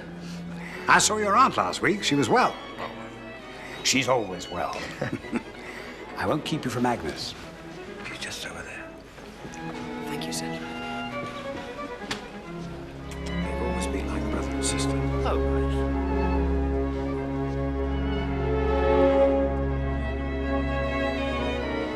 Excuse me. Trotwood. Agnes, how good it is to see you again. Now, I must have your news quick, Trot, before we're interrupted. First, how do you like Doctor's comments? Second, are you still writing that book of yours? And third, who are you in love with? As to your first, I like Doctor's Commons very well. As to your second, I fear my book will never be finished. And as to your third, why should you think I'm in love with anybody? Are we not as brother and sister, Trot? Don't I know you? Perhaps I've changed.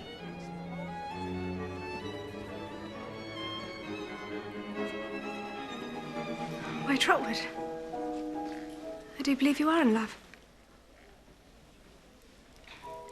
But certainly you may not give yourself over to it till you have finished your book. Why do you say you never will?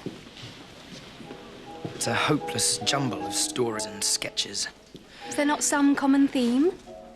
Well, yes. What? Modern life.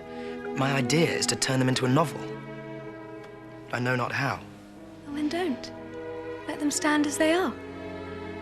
Call them sketches of modern life. But there aren't enough to make a book. Write some more. Ah, Master Copperfield. Well, Mr. Copperfield, I should say. Uriah Heep? Only the other comes so natural. Yes, how are you? Oh, honoured indeed, sir, to be noticed by you in such company. I mean, so many great stars of the legal firmament. One is quite crushed by a feeling of extreme humbleness. My father. Oh, look! Unwanted, it seems. If you will excuse me, Master. No, Mr. Copperfield. What the devil is he doing here? Papa has made him his partner.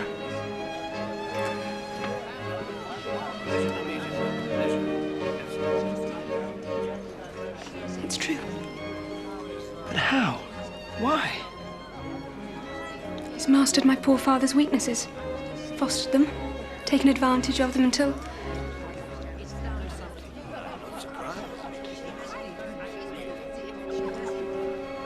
Papa is afraid of him. For my sake, for Papa's sake, be friendly to Uriah. I must take her from you, Trotwood.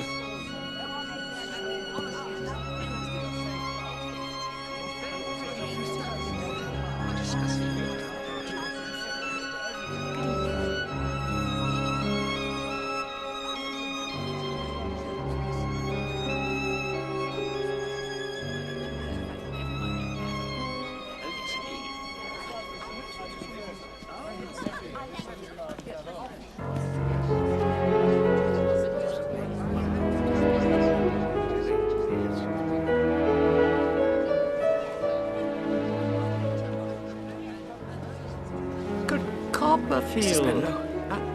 Delightful. Come and meet Sir George Dixon. George, Miss Spenlow, don't you? My dear fellow. Dearest, dearest Dora. Be careful. If Papa should suspect. I never dreamt you might be here. Papa would bring me. To think how I resisted and complained. Did you get my letter? Hush. Did you? Foolish boy. Such a flood of words. I swear I didn't understand one half of them.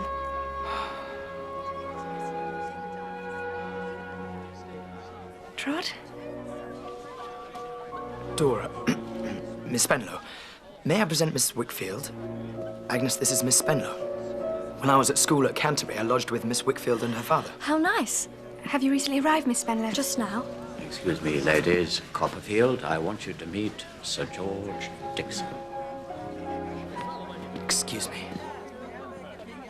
Are you connected in any way to Spenlow and Jorkins? He's my papa.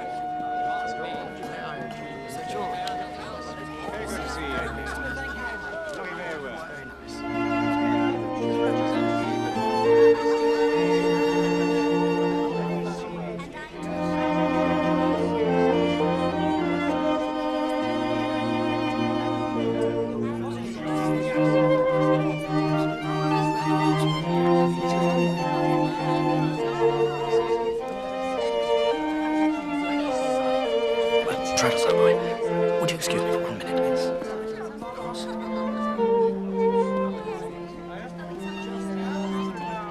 Dora, how did you find Miss Wickfield? Very, very agreeable. Yeah. And so clever. I think if I had her as a friend a long time ago, I might be clever myself by now. Nonsense. There's so many books she's read. And such books, poetry and history and philosophy. She quite frightens me. I've seen you sometimes with a book. But only some foolish romance full of dukes and diamonds and doomed passion. I wonder how you could ever fall in love with me. How could I see you and not love you? I suppose you'd never seen me at all.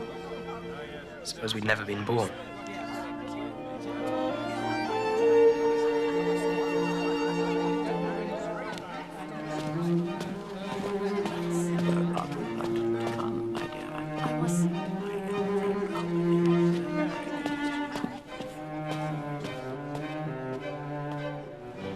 What did you think of her? Of Miss Spenlow? And you say you're not in love, Trot? What did you think of her?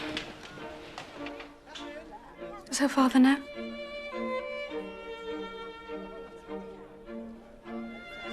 And be careful.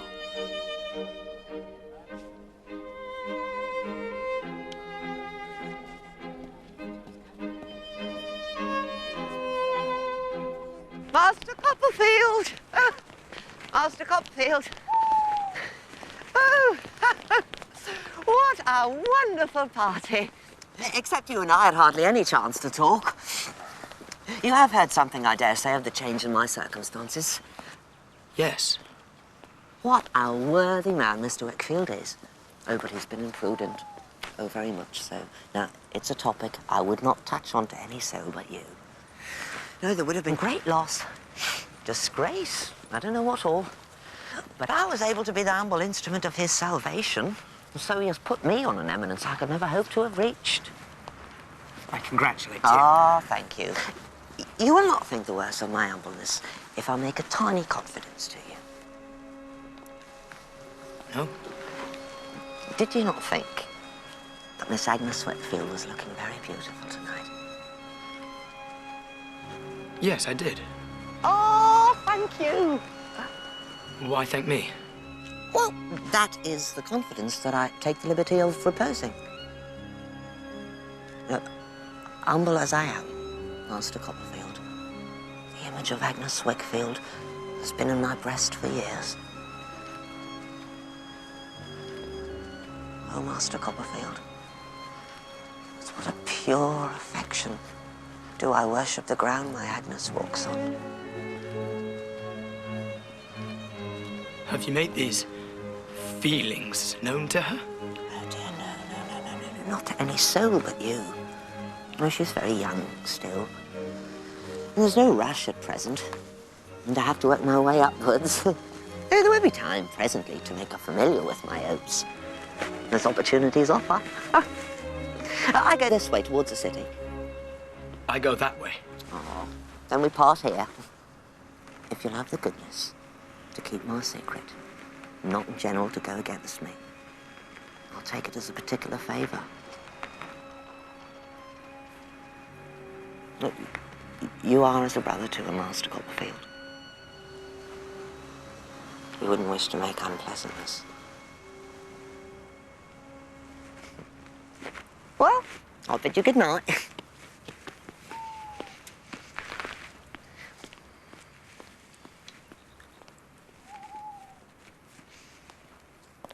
At first, I was too angry to think clearly. Later, when I was master of myself enough for reflection, I judged that the best course was to do nothing, to keep to myself what I'd heard. The reader may by now be starting to form an opinion about the soundness of my judgment. It was at about that era in my life that while dining most abominably with Traddles at his lodging, chanced through into my path another old friend. Oh, to school days. School days. Do you remember the time I got caned by old Creakle? My dear Traddles, old Creakle caned you every day of your life. He was a brute to you. Ah, perhaps he was. But there was a great deal of fun going on there too. Do you remember the stories you used to tell in the bedroom after dark? That'll be my landlord. For the rent. Good evening, Mr. Micawber.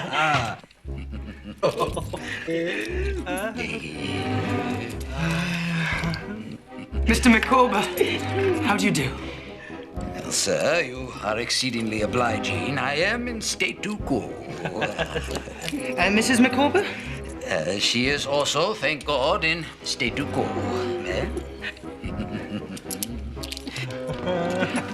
And the children? Well, I rejoice to say that they are likewise in the enjoyment of salubrity. Is it possible? Have I the pleasure of again beholding Copperfield? Mr. Micawber, it's so good to see you again. My dear Copperfield! Mrs. Micawber! Mrs. Micawber! Mrs. Micawber! Come. My dear, here is a gentleman of the name of Copperfield who wishes to renew his acquaintance with you. Oh, my dear Copperfield. Oh, this is luxurious. This reminds me of a period when I and mine were in easier circumstances. Circumstances difficult, Mr. Micawber? Until recently, I was engaged in the sale of corn upon commission. It was not an avocation of a remunerative description. It did not pay, Mr. Copperfield. Mr. Micawber is at present without any suitable position or employment. Where does that responsibility rest? With society. What Mr. Micawber has to do is throw down the gauntlet to society and say, in effect, show me who will take that up. Let the party immediately step forward. How is this to be done, exactly? By advertising in the papers. It appears to me that what Mr. Micawber has to do in justice to himself, in justice to society, is to advertise in all the papers. Yes.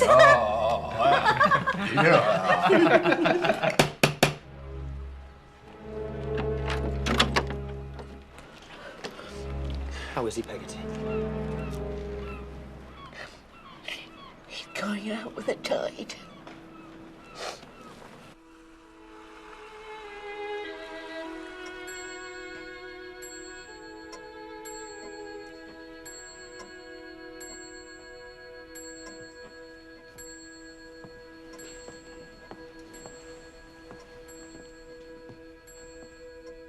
It is, and what? Something. He's come to himself.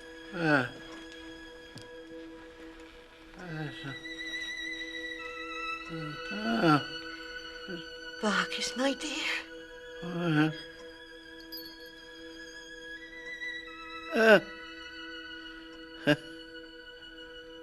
C.P. Bacchus. No better woman anywhere. Here's Master Davy. Oh.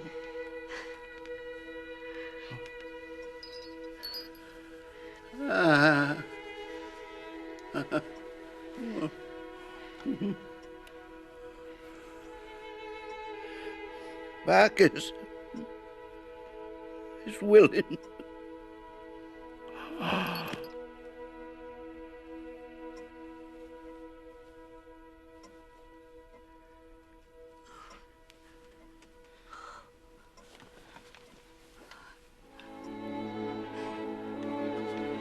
I undertook the sad business of informing Peggotty's brother of their loss.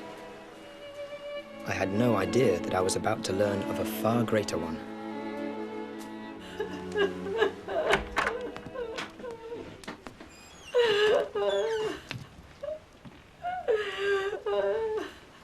Ham? Ham, what's the matter? Ham, for heaven's sake, tell me what's the matter. She's run away. Little Emily. Pride and hope of my heart. She's gone. When you, who love me so much better than I've deserved, when you read this, I shall be far away. When I leave my dear home in the morning, it will be never to come back, unless he brings me back a lady. Mr. Peggotty. 'Twas no fault of yourn, Master Davy. There's no blame to be laid at your door. No fault of mine. I don't understand. The name of the man is Steerforth. And he's a damned villain. Where were you going, Daniel? To find my poor niece in her shame and bring her back. No, Daniel, no! I'm going to seek her far and wide. If any hurt should come to me, tell her the last words I had for her was, my unchanged love is for my darling girl. And I forgive her. It was the first of a series of great shocks that one after another overwhelmed my young life. The next was mild in comparison, though momentous in its ultimate consequences, and began innocently enough with a visit to Mr. Micawber's.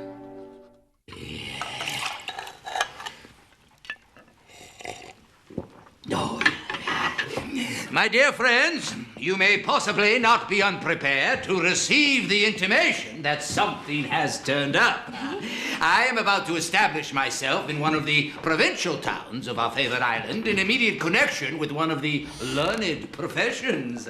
You therefore find us on the brink of migration and will excuse any little discomforts incidental to that position. My family may consider it a banishment, if they please, but I am a wife and a mother, and I never will desert Mr. Micawber. I consider it no sacrifice to immure myself in a cathedral town. You're going to a cathedral town? To Canterbury. I have entered into arrangements by virtue of which I stand pledged and contracted to Mr. Uriah Heep. Uriah Heep?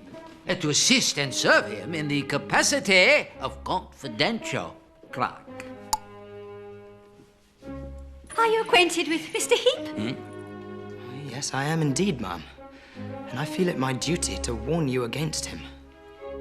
My dear Copperfield, I am bound to state to you that it was the prudent suggestion of Mrs. Micawber that has conduced to this result. The gauntlet to which you referred upon a former occasion being thrown down in the form of an advertisement was taken up by my friend Heep. Your friend? Well, so I flatter myself. I know Uriah Heep. I've known him since I was a boy. He is a false, scheming creature. No. No, Traddles, you'll bear me out. He's a man not greatly admired in the profession, sir, but much feared. These are opinions to give one pause, indeed, but certain pecuniary engagements having been entered into upon either side, grave difficulties must be anticipated in any attempt by me to extricate myself from. In short... Mr. Heap has settled all our tents, Mr. Copperfield. There can be no going back. No. Micawbers duly left for Canterbury. I heard regularly from Agnes, and though nothing in her letters gave me particular cause to feel anxiety for them, or her, I remained uneasy. Mr. Copperfield, would you step in here a moment?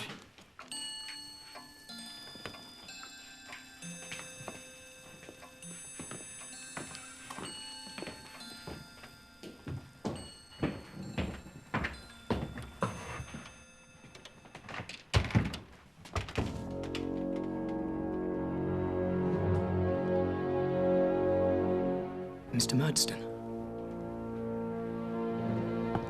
Miss Murdstone? David? Miss Murdstone, have the goodness to show Mr. Copperfield what you've shown me.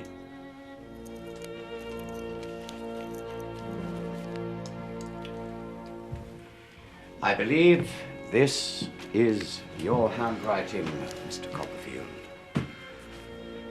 It is, sir. Thank you, Miss Murdstone. We won't detain you further. What?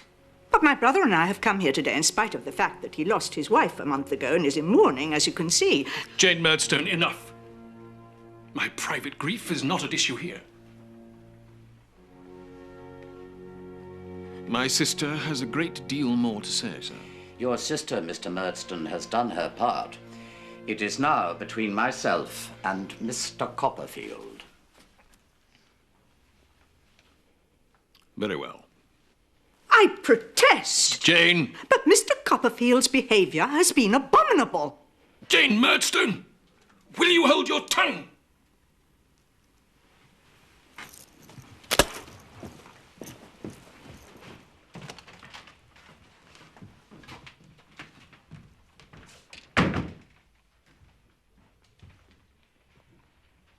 Well, Mr. Copperfield, have you anything to say?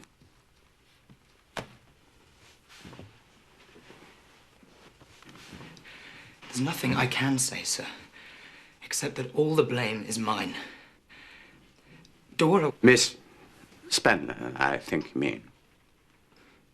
Miss Spenlow was persuaded by me to consent to this secrecy, and I greatly regret it. But my love can be my only excuse.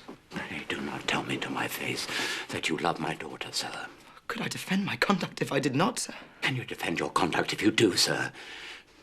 Have you considered how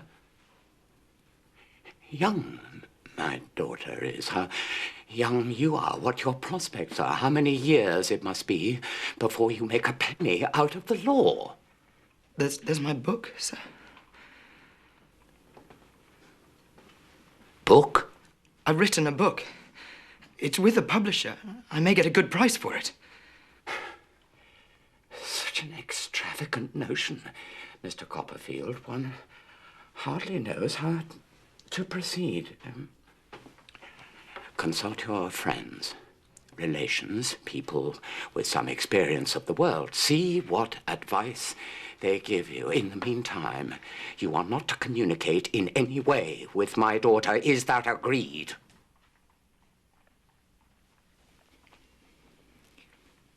Yes, sir. On your honor. As a gentleman. On my honor as a gentleman.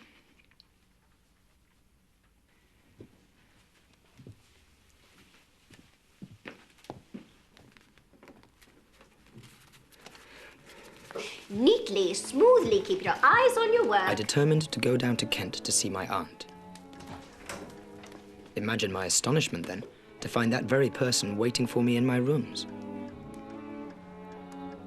My dear aunt. What an unexpected pleasure. Trot, How are you? Mr. Dick, how do you do, sir? How do you do, sir? Aunt, wouldn't you be more comfortable on the sofa? No, no. No, I prefer to sit upon my property. As you wish. Well, Trot, have you got to be firm and self-reliant? I hope so. What do you think? I think so.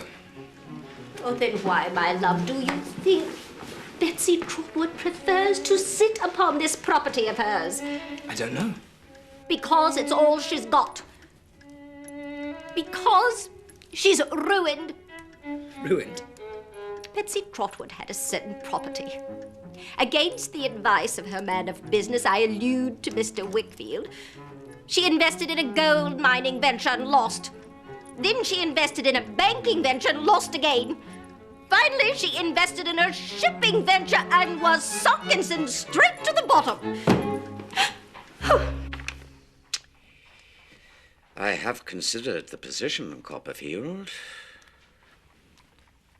I have even discussed the matter with, Mr. Jorkins.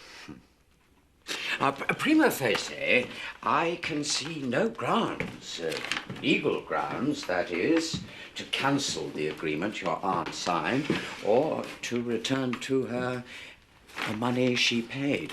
Of course, if it was left to me alone, but, you know, Mr. Jorkins. Spenlow, I'll return later. You won't mind if I put my case directly to Mr. Jorkins, sir? By all means. But please excuse me. I have an appointment at the Lord Chancellor's office. I must be going. I'm sorry to say I can't advance your object, Copperfield. And I, too, have an appointment at the bank. Sir, my aunt can no longer give me an allowance. If I'm obliged to continue working here with no salary, how am I to live? I see your difficulty, Copperfield, indeed I do. But if Mr. Spenlow objects... Personally, he does not object, sir. Personally? Personally? Oh, but I assure you, there is an objection. It's hopeless, I'm afraid. And now I really have got an appointment at the bank. Well, if they won't, they won't. There's nothing to be done about it. Therefore, let us look the case of Betsy Trotwood in the face and see how it stands. Mr. Dick! Mr. Dick has his 100 a year, thank God. I have a little ready money in the cottage, that's all. The cottage must be let, Aunt. Oh. But there is a small room upstairs I could take for Mr. Dick. Yes? And you could have my bedroom. Well? I'll take the sofa. As to money, well, there's my book. If I can only get a good price for that, I can be free of Doctor's Commons and marry Dora into the bargain. Trot! Oh, Trot! Quiet down! Trot, you fancy yourself in love. I adore her with my whole soul.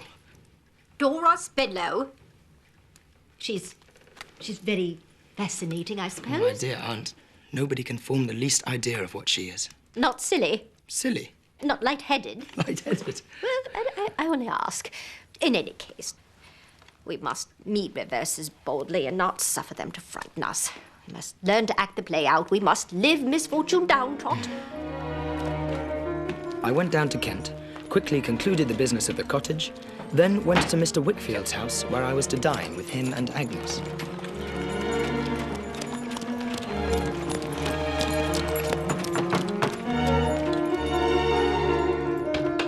Oh, my dear Copperfield! Micawber. I'm extremely glad to see you.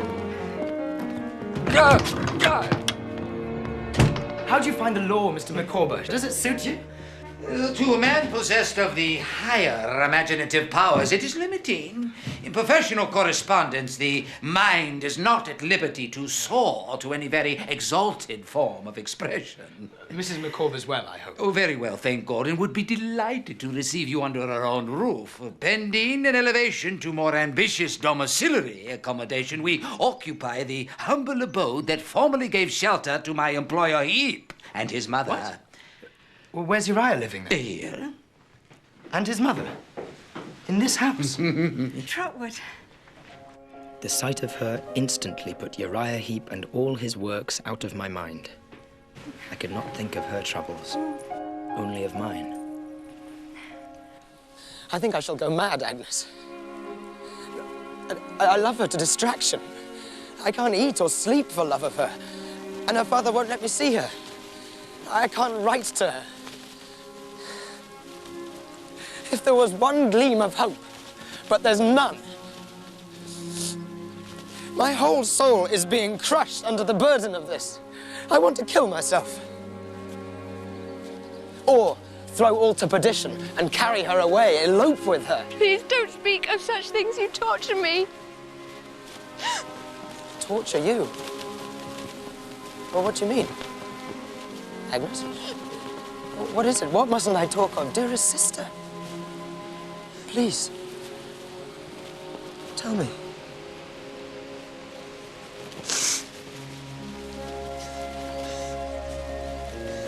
I don't care to hear you talk of wild, impossible things, Trot. Of elopement.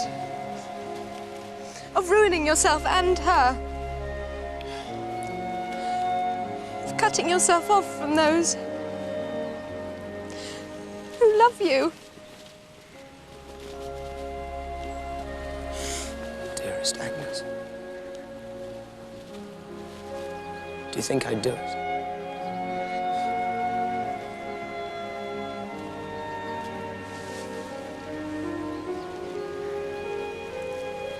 I don't know, Trot.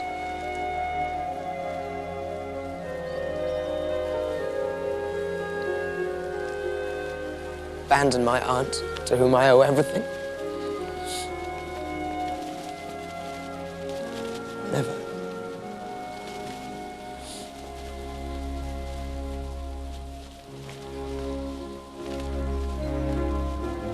And yet, sometimes at dead of night, when I cannot sleep, I seem to hear a demon voice whisper, "If only you had the courage."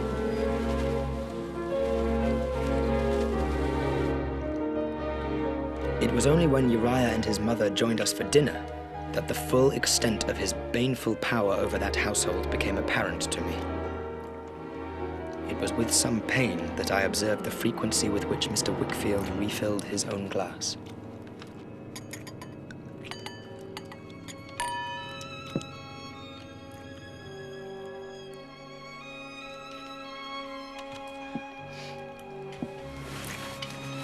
Shall we withdraw, Mum?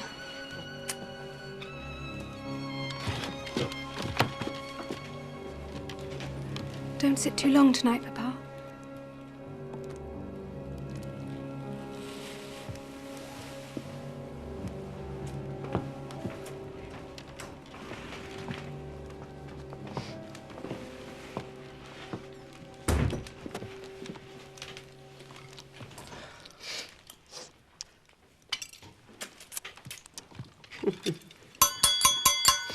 You know, we seldom see our present visitor, and I should propose to give him welcome in a glass. Mr. Copperfield, your health and happiness. Oh, come, fellow partner, I'll give you another one. To Agnes Wickfield.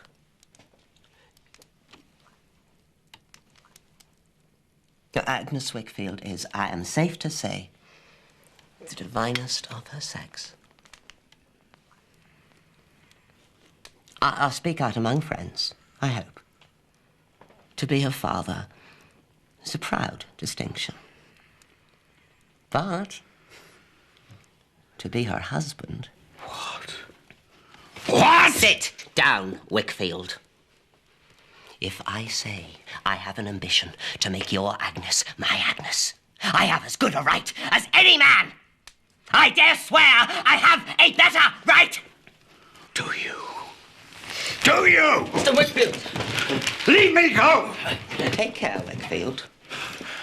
That man is my torture. Step by step, he has robbed me of my name and reputation, my peace and quiet, my house, my home. I have kept your name and reputation for you, and your peace and quiet, and your house and home. Mr. Whitfield! Think of Agnes. Think of your daughter. What's happened, I heard?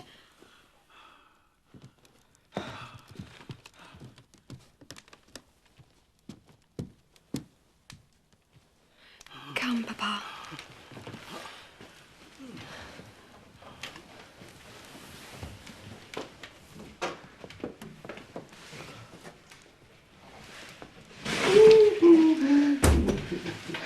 No, we'll make it all smooth tomorrow.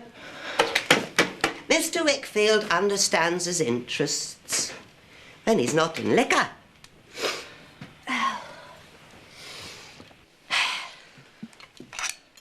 And he sometimes plucked a pear before it was ripe, Mr. Copperfield. No? No, I did that. Just now. But it'll ripen yet. Only needs attending to. I can wait. Be careful, Copperfield. I could ruin him, you know. Wickfield, oh yes, send him to prison. You lie. Do I? Ask him then.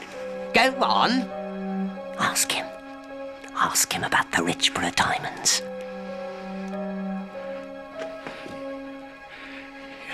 Abominable. Liar.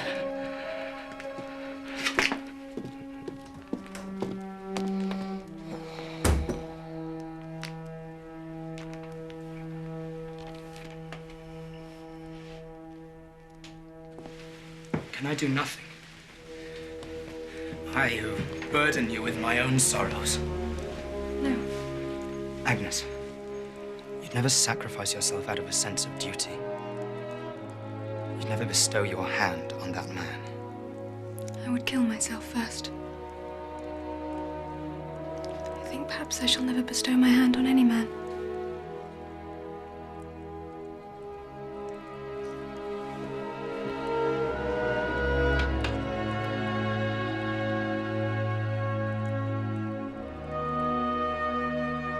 It was then, at that moment, that I knew, if only dimly, what my true feeling for her was.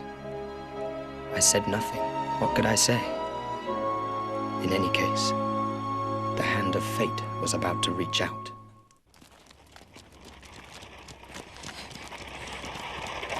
What's your father? Oh, Papa's home.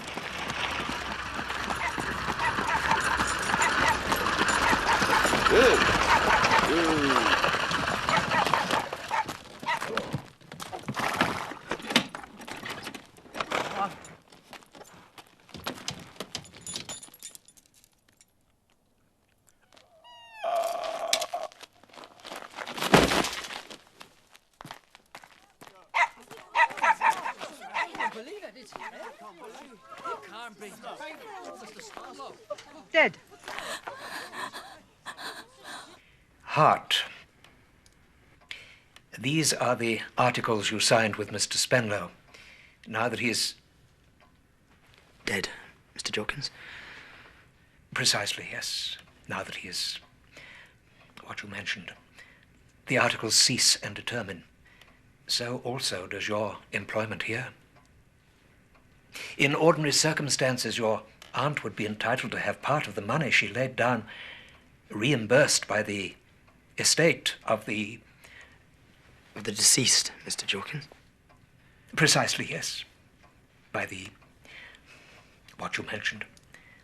But alas, the circumstances are not ordinary, very, very far from ordinary. There is no money. There must be some. Not a penny. Mr. Spenlow had, it seemed, been running through money far in excess of his income. The house? Rented. The carriage? Hired. Then what is to become of Miss Spenlow?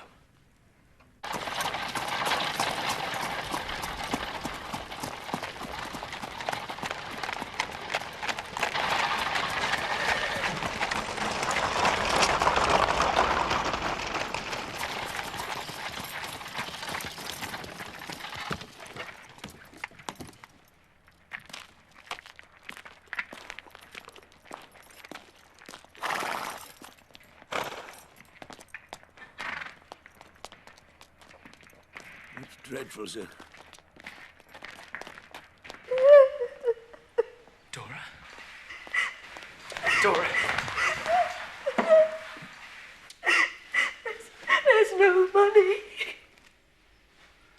I don't know what to become of me. Dora.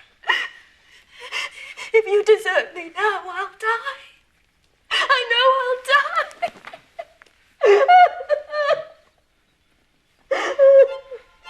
With this ring I thee wed. With this ring I thee wed. With my body I thee worship. With my body I thee worship. And with all my worldly goods I thee endow. And with all my worldly goods I thee endow. In the name of the Father, and the Son, and the Holy Ghost. Amen. In the name of the Father, the Son, and the Holy Ghost. Amen.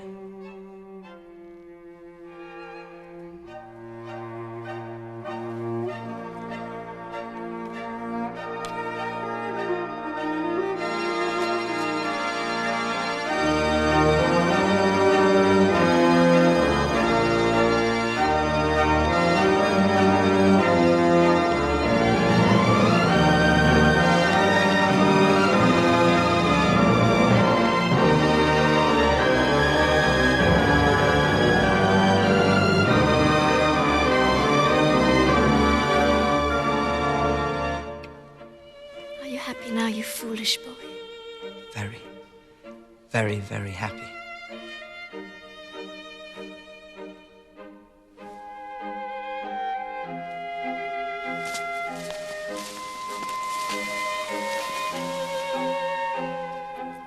But was I happy?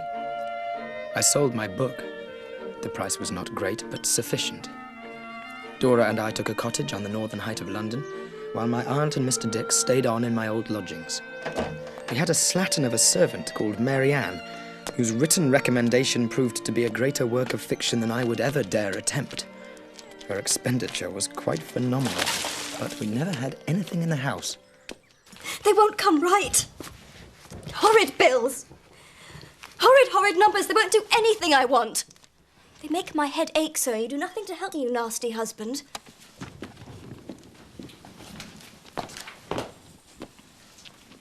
Is it a dreadful muddle? It's a bit of a one, my love. I'll see to this tomorrow. Why not now and teach me? Because I'm behind with my writing. I believe you care more for your horrid books than you do for me. Dora. If you could have married one of your books, I dare say you would have in preference to me. How many times do I have to tell you that this is our bread and butter? If I can't have peace to write, we starve, and my aunt with us. Dora! Dora! Mary, on the door! She's found. My darling girl is found. She left him. Steerforth? Aye, him. She made her own poor solitary course to London, being close to death. Mr. Peggotty? Oh, she'll live, sir. Now she will. But feeling herself close to death, she wrote to Yarmouth, and they passed on word to me. Where is she now? Well, here, sir, in London. Still weak, sir, in her health. But I'll nurse her.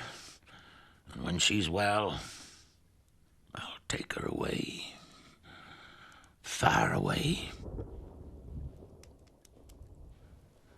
I had word again from Yarmouth today, sir. He's going there, in that boat of his from Grimsby, to seek her out. Will you go down there, sir?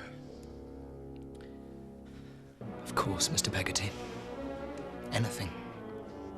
Will you tell him my niece will never look upon his face again, nor bear him company? I will. I travelled all night through a great storm. Gusts of rain were sweeping in from the coast like showers of steel. By the time I came to Yarmouth, it had finally blown itself out. Master Davy! Peggotty. Davy, my darling boy! But what brings you here? You sent no word. Dear Lord. What is it? You came to meet him. Steerforth. Oh, dear Lord. Peggotty, what is it?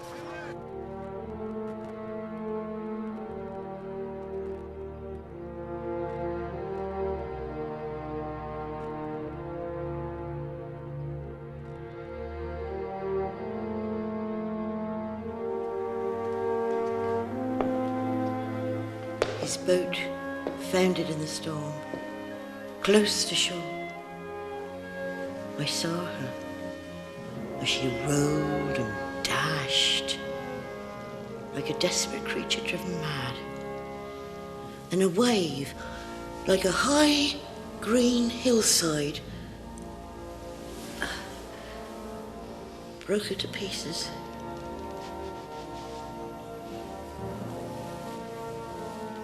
He lay as if asleep, as I had often seen him lie at school.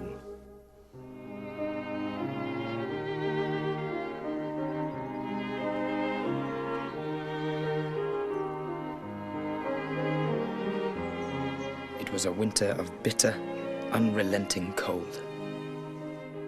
Dora was constantly ailing and often confined to bed. And then, one morning, I received a letter in the familiar flamboyant hand of Mr. Micawber. Marianne!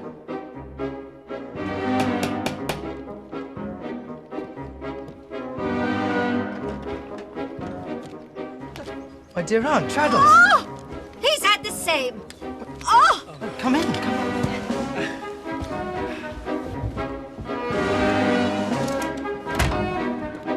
Most secret and confidential. My dear Copperfield, what you hold in your hand is the explosion of a volcano long suppressed. The result of an internal contest more easily conceived than described. But now the struggle is over. I will put my hand in no man's hand. Until I have blown to fragments a detestable serpent. Uriah Heep! Mr. Micawber summons us to Canterbury. And we're going.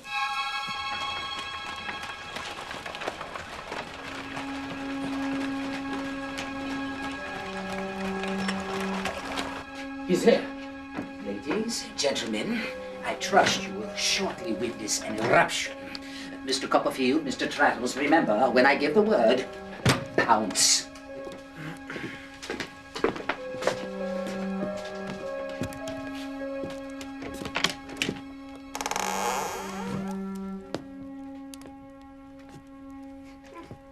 Well, here is an unexpected pleasure to see so many old friends. Why aren't you at your desk, Micawber? Run along. Go on, run along. I'll talk to you presently. If there is a scoundrel on this earth of whom I have already talked too much, that scoundrel's name is Heep. Mr. Wickfield, would you have the goodness to make known to present company what, in a moment of unadulterated despair and benightedness of soul, you confided to me? In short, the circumstances pertaining to the loss of the Richborough diamonds.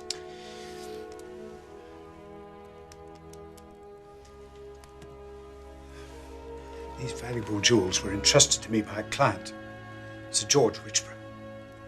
At his direction, I took them to London to be sold. In London, I mislaid them. No. You were drunk, Mr. Wickfield. And you lost them. Or they were stolen from you. Stolen? Present company will oblige me by retaining that word. Like a fool, instead of going to my client and placing the facts honestly before him, I attempted to cover up the loss. I had to borrow the money to pay Sir George. Papa, enough. No, I must go on. Then sit, I beg you. Give me your hand. The interest on the loan was crippling. I soon became mired in debt. In the end, to maintain secrecy, I was mad enough to borrow the money from my own clerk, Uriah Heep. Ever since I have been in his power. Dearest Papa, enough. Present company may now wish to consider an alternative interpretation. Elucidated by Mr. Wickfield. The jewels were stolen.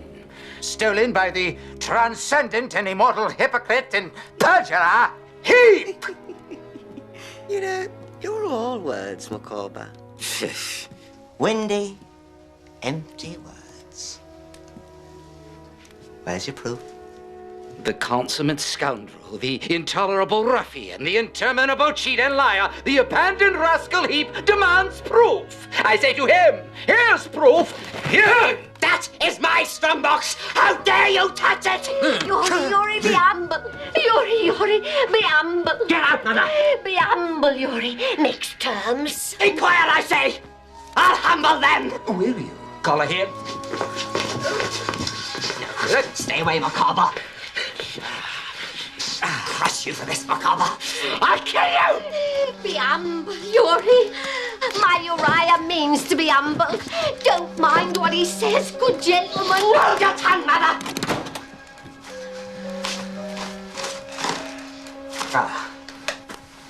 Oh. The Richborough diamonds. How did you know, Macabre? How did you know they was there?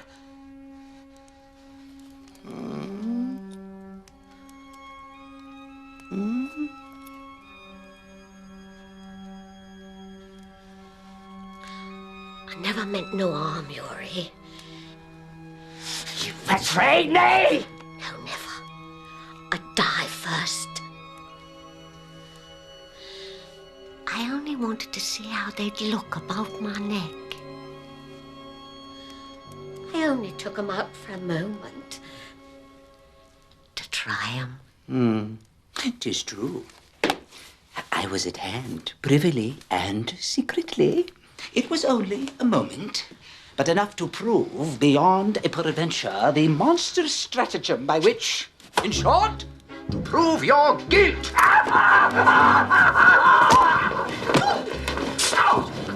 My lord.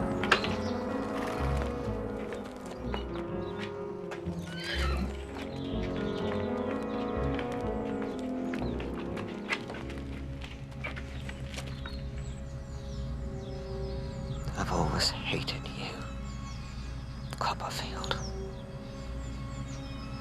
You've always been an upstart. You've always been against me.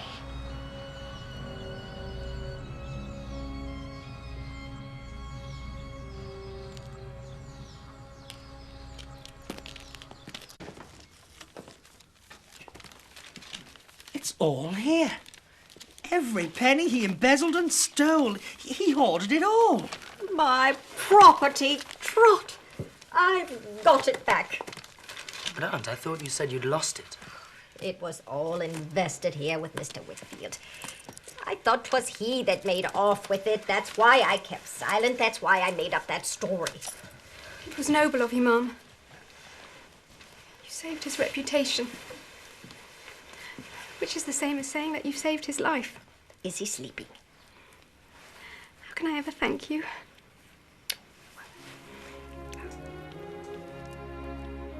Some people David knows, Yarmouth friends. They're going out to Australia shortly. Australia? Australia? You could go on the same ship. What do you think of that idea? Capital, ma'am. But there's the rub, Mom. Capital. We have none.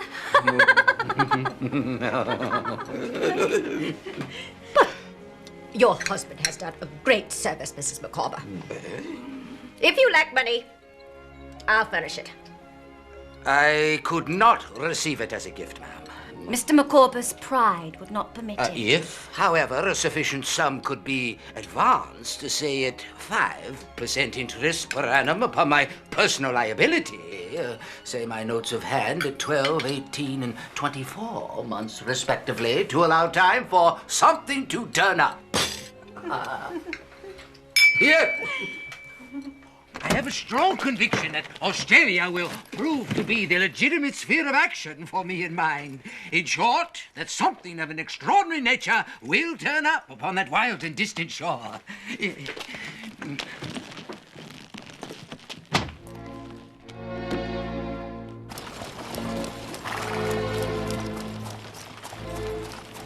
I now approach an event so painful that from the beginning of this narrative I have seen it loom larger and larger as I advanced, like a tall tree in a plain, throwing its shadow over all.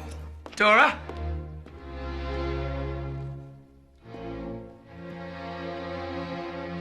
It was the servant, Mary Ann, who had robbed us and then run off, leaving Dora alone in a state of terror and distress. Dora. Dora.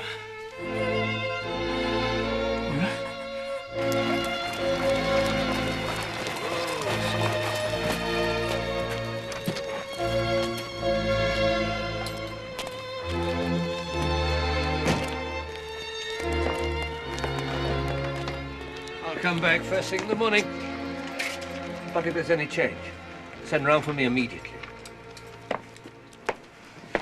Dear Aunt.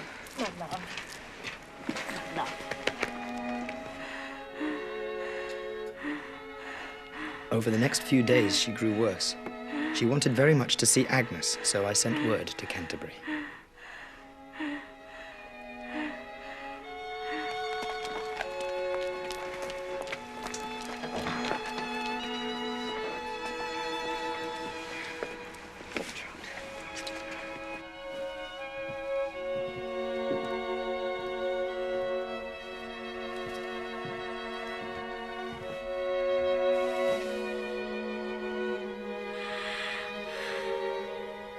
Lady.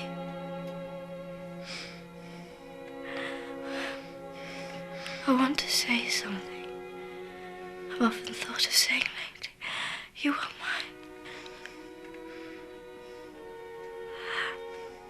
mine. I think I was too young to be a wife. Not in years only, but in experience, thoughts and everything.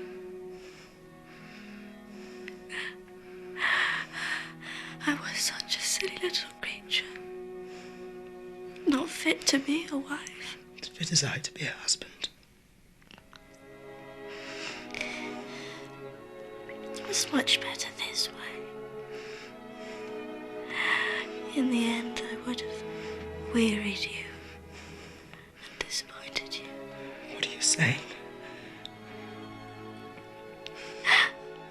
I want to see Agnes. Will you send her up to me? I want to see her quite alone.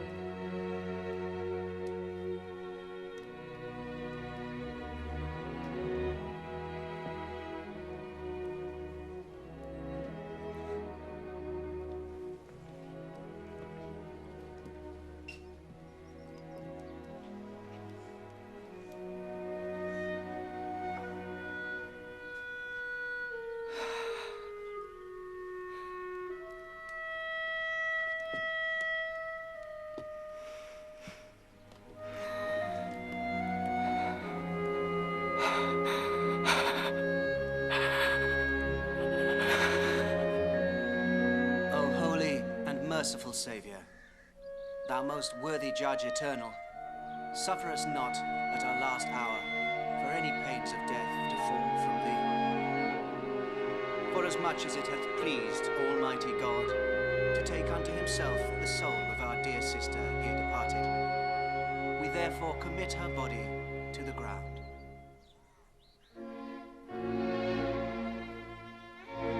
Earth to earth, ashes to ashes, dust to dust.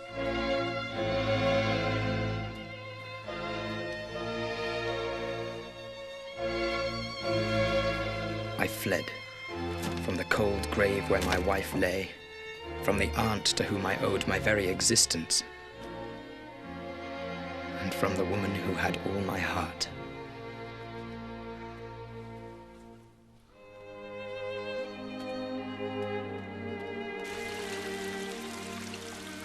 For 3 years I wandered through Europe, until finally I settled in Switzerland. I wrote more books. My fame and reputation grew, but I had no thought of ending the exile I had chosen, until one day the nightmare of my past rose up again.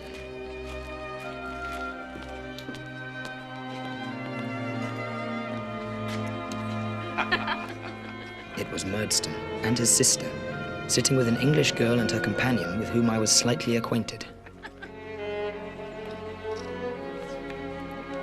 Miss Horton, Miss Skeggs, I beg your pardon for this unceremonious intrusion. Mr. Copperfield, won't you do us the honor of joining us?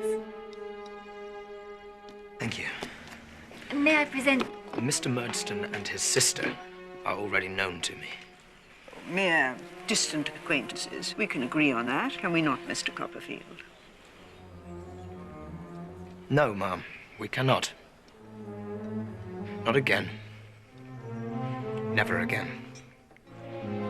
Mr. Murdstone is my stepfather. He charmed my mother into marriage. He wanted her fortune, small though it was. Have a care, sir. That is what he is, this fellow. A calculating, cold-blooded fortune hunter, without honor, scruple, or mercy. Be silent! I have been silent too long. I will be silent no more. Edward, come away. Hold your tongue. He bullied and harried my poor, weak mother into her grave. Yes, she was weak. But it was not I who preyed upon her weakness. It was her own son who drained her of the strength that she needed with his wild behavior and importunate demands. You killed her as deliberately and as pitilessly as if you had thrust a knife into her heart. Repeat that in England, sir.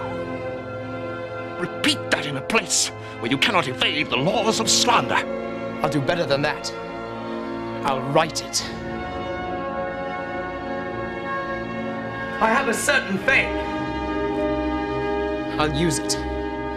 I'll make sure that you are yet more widely known than I am. Universally known as the black-hearted thief and murderer that you are.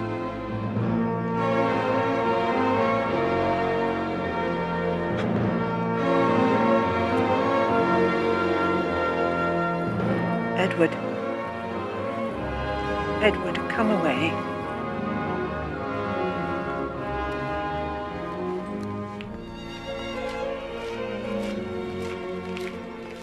Before another hour had passed, I was at my desk composing this present narrative. As I finished each page, no, each sentence, each word, the black night of my boyhood melted away until I stood at last in the light, a man. End it I could not. For the ending, whatever it should be, happy or sad, lay not in Switzerland, but in England. Master Davy! Oh! Come on! Trot! Trot! Trot! Trot!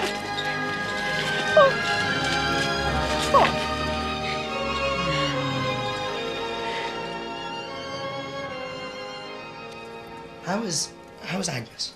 Well, very well. And as good and beautiful as ever. If I knew higher praise, I would bestow it on her. Has she any admirers? Scores. She could have been married 20 times since you've been gone. I wonder why she has not. I suspect she has an attachment. Do you know the man? She's never confided in me, but I think I know the man. I think I know the man very well. So, will you go over to Canterbury and see her?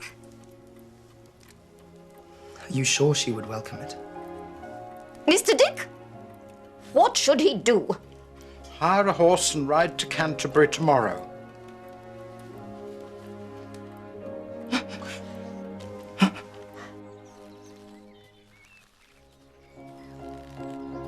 Agnes. Oh, Trotwood, is it you? Is it really you? It is. How well you look. And you. Are you... Agnes. I went away. I know why you went away. Do you? Yes. I believe you know everything about me. Not everything, perhaps. I went away. I went away loving you. I stayed away loving you. And now I return, loving you. Did you know that? Yes. I have kept my secret better than you have kept yours. Your secret? I have loved you all my life.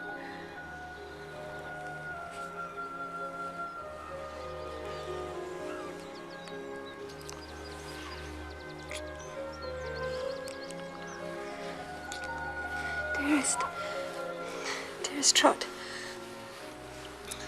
there is one more thing I have to tell you. The day she died, Dora sent you for me. I was with her at the end. She made a last request to me. That one day I would take her place by your side.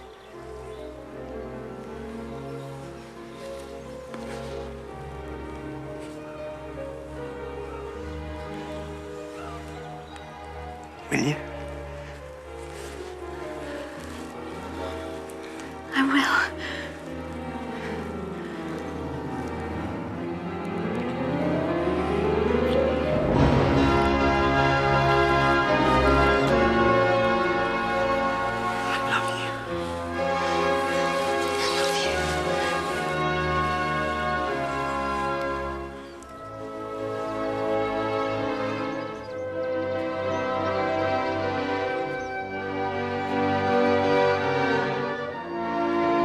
Here I close this narrative, here with Agnes at my side. Agnes, Agnes, Agnes, may you so be near me when I close my life. When realities are melting from me like the shadows of this story, may I find you near me still.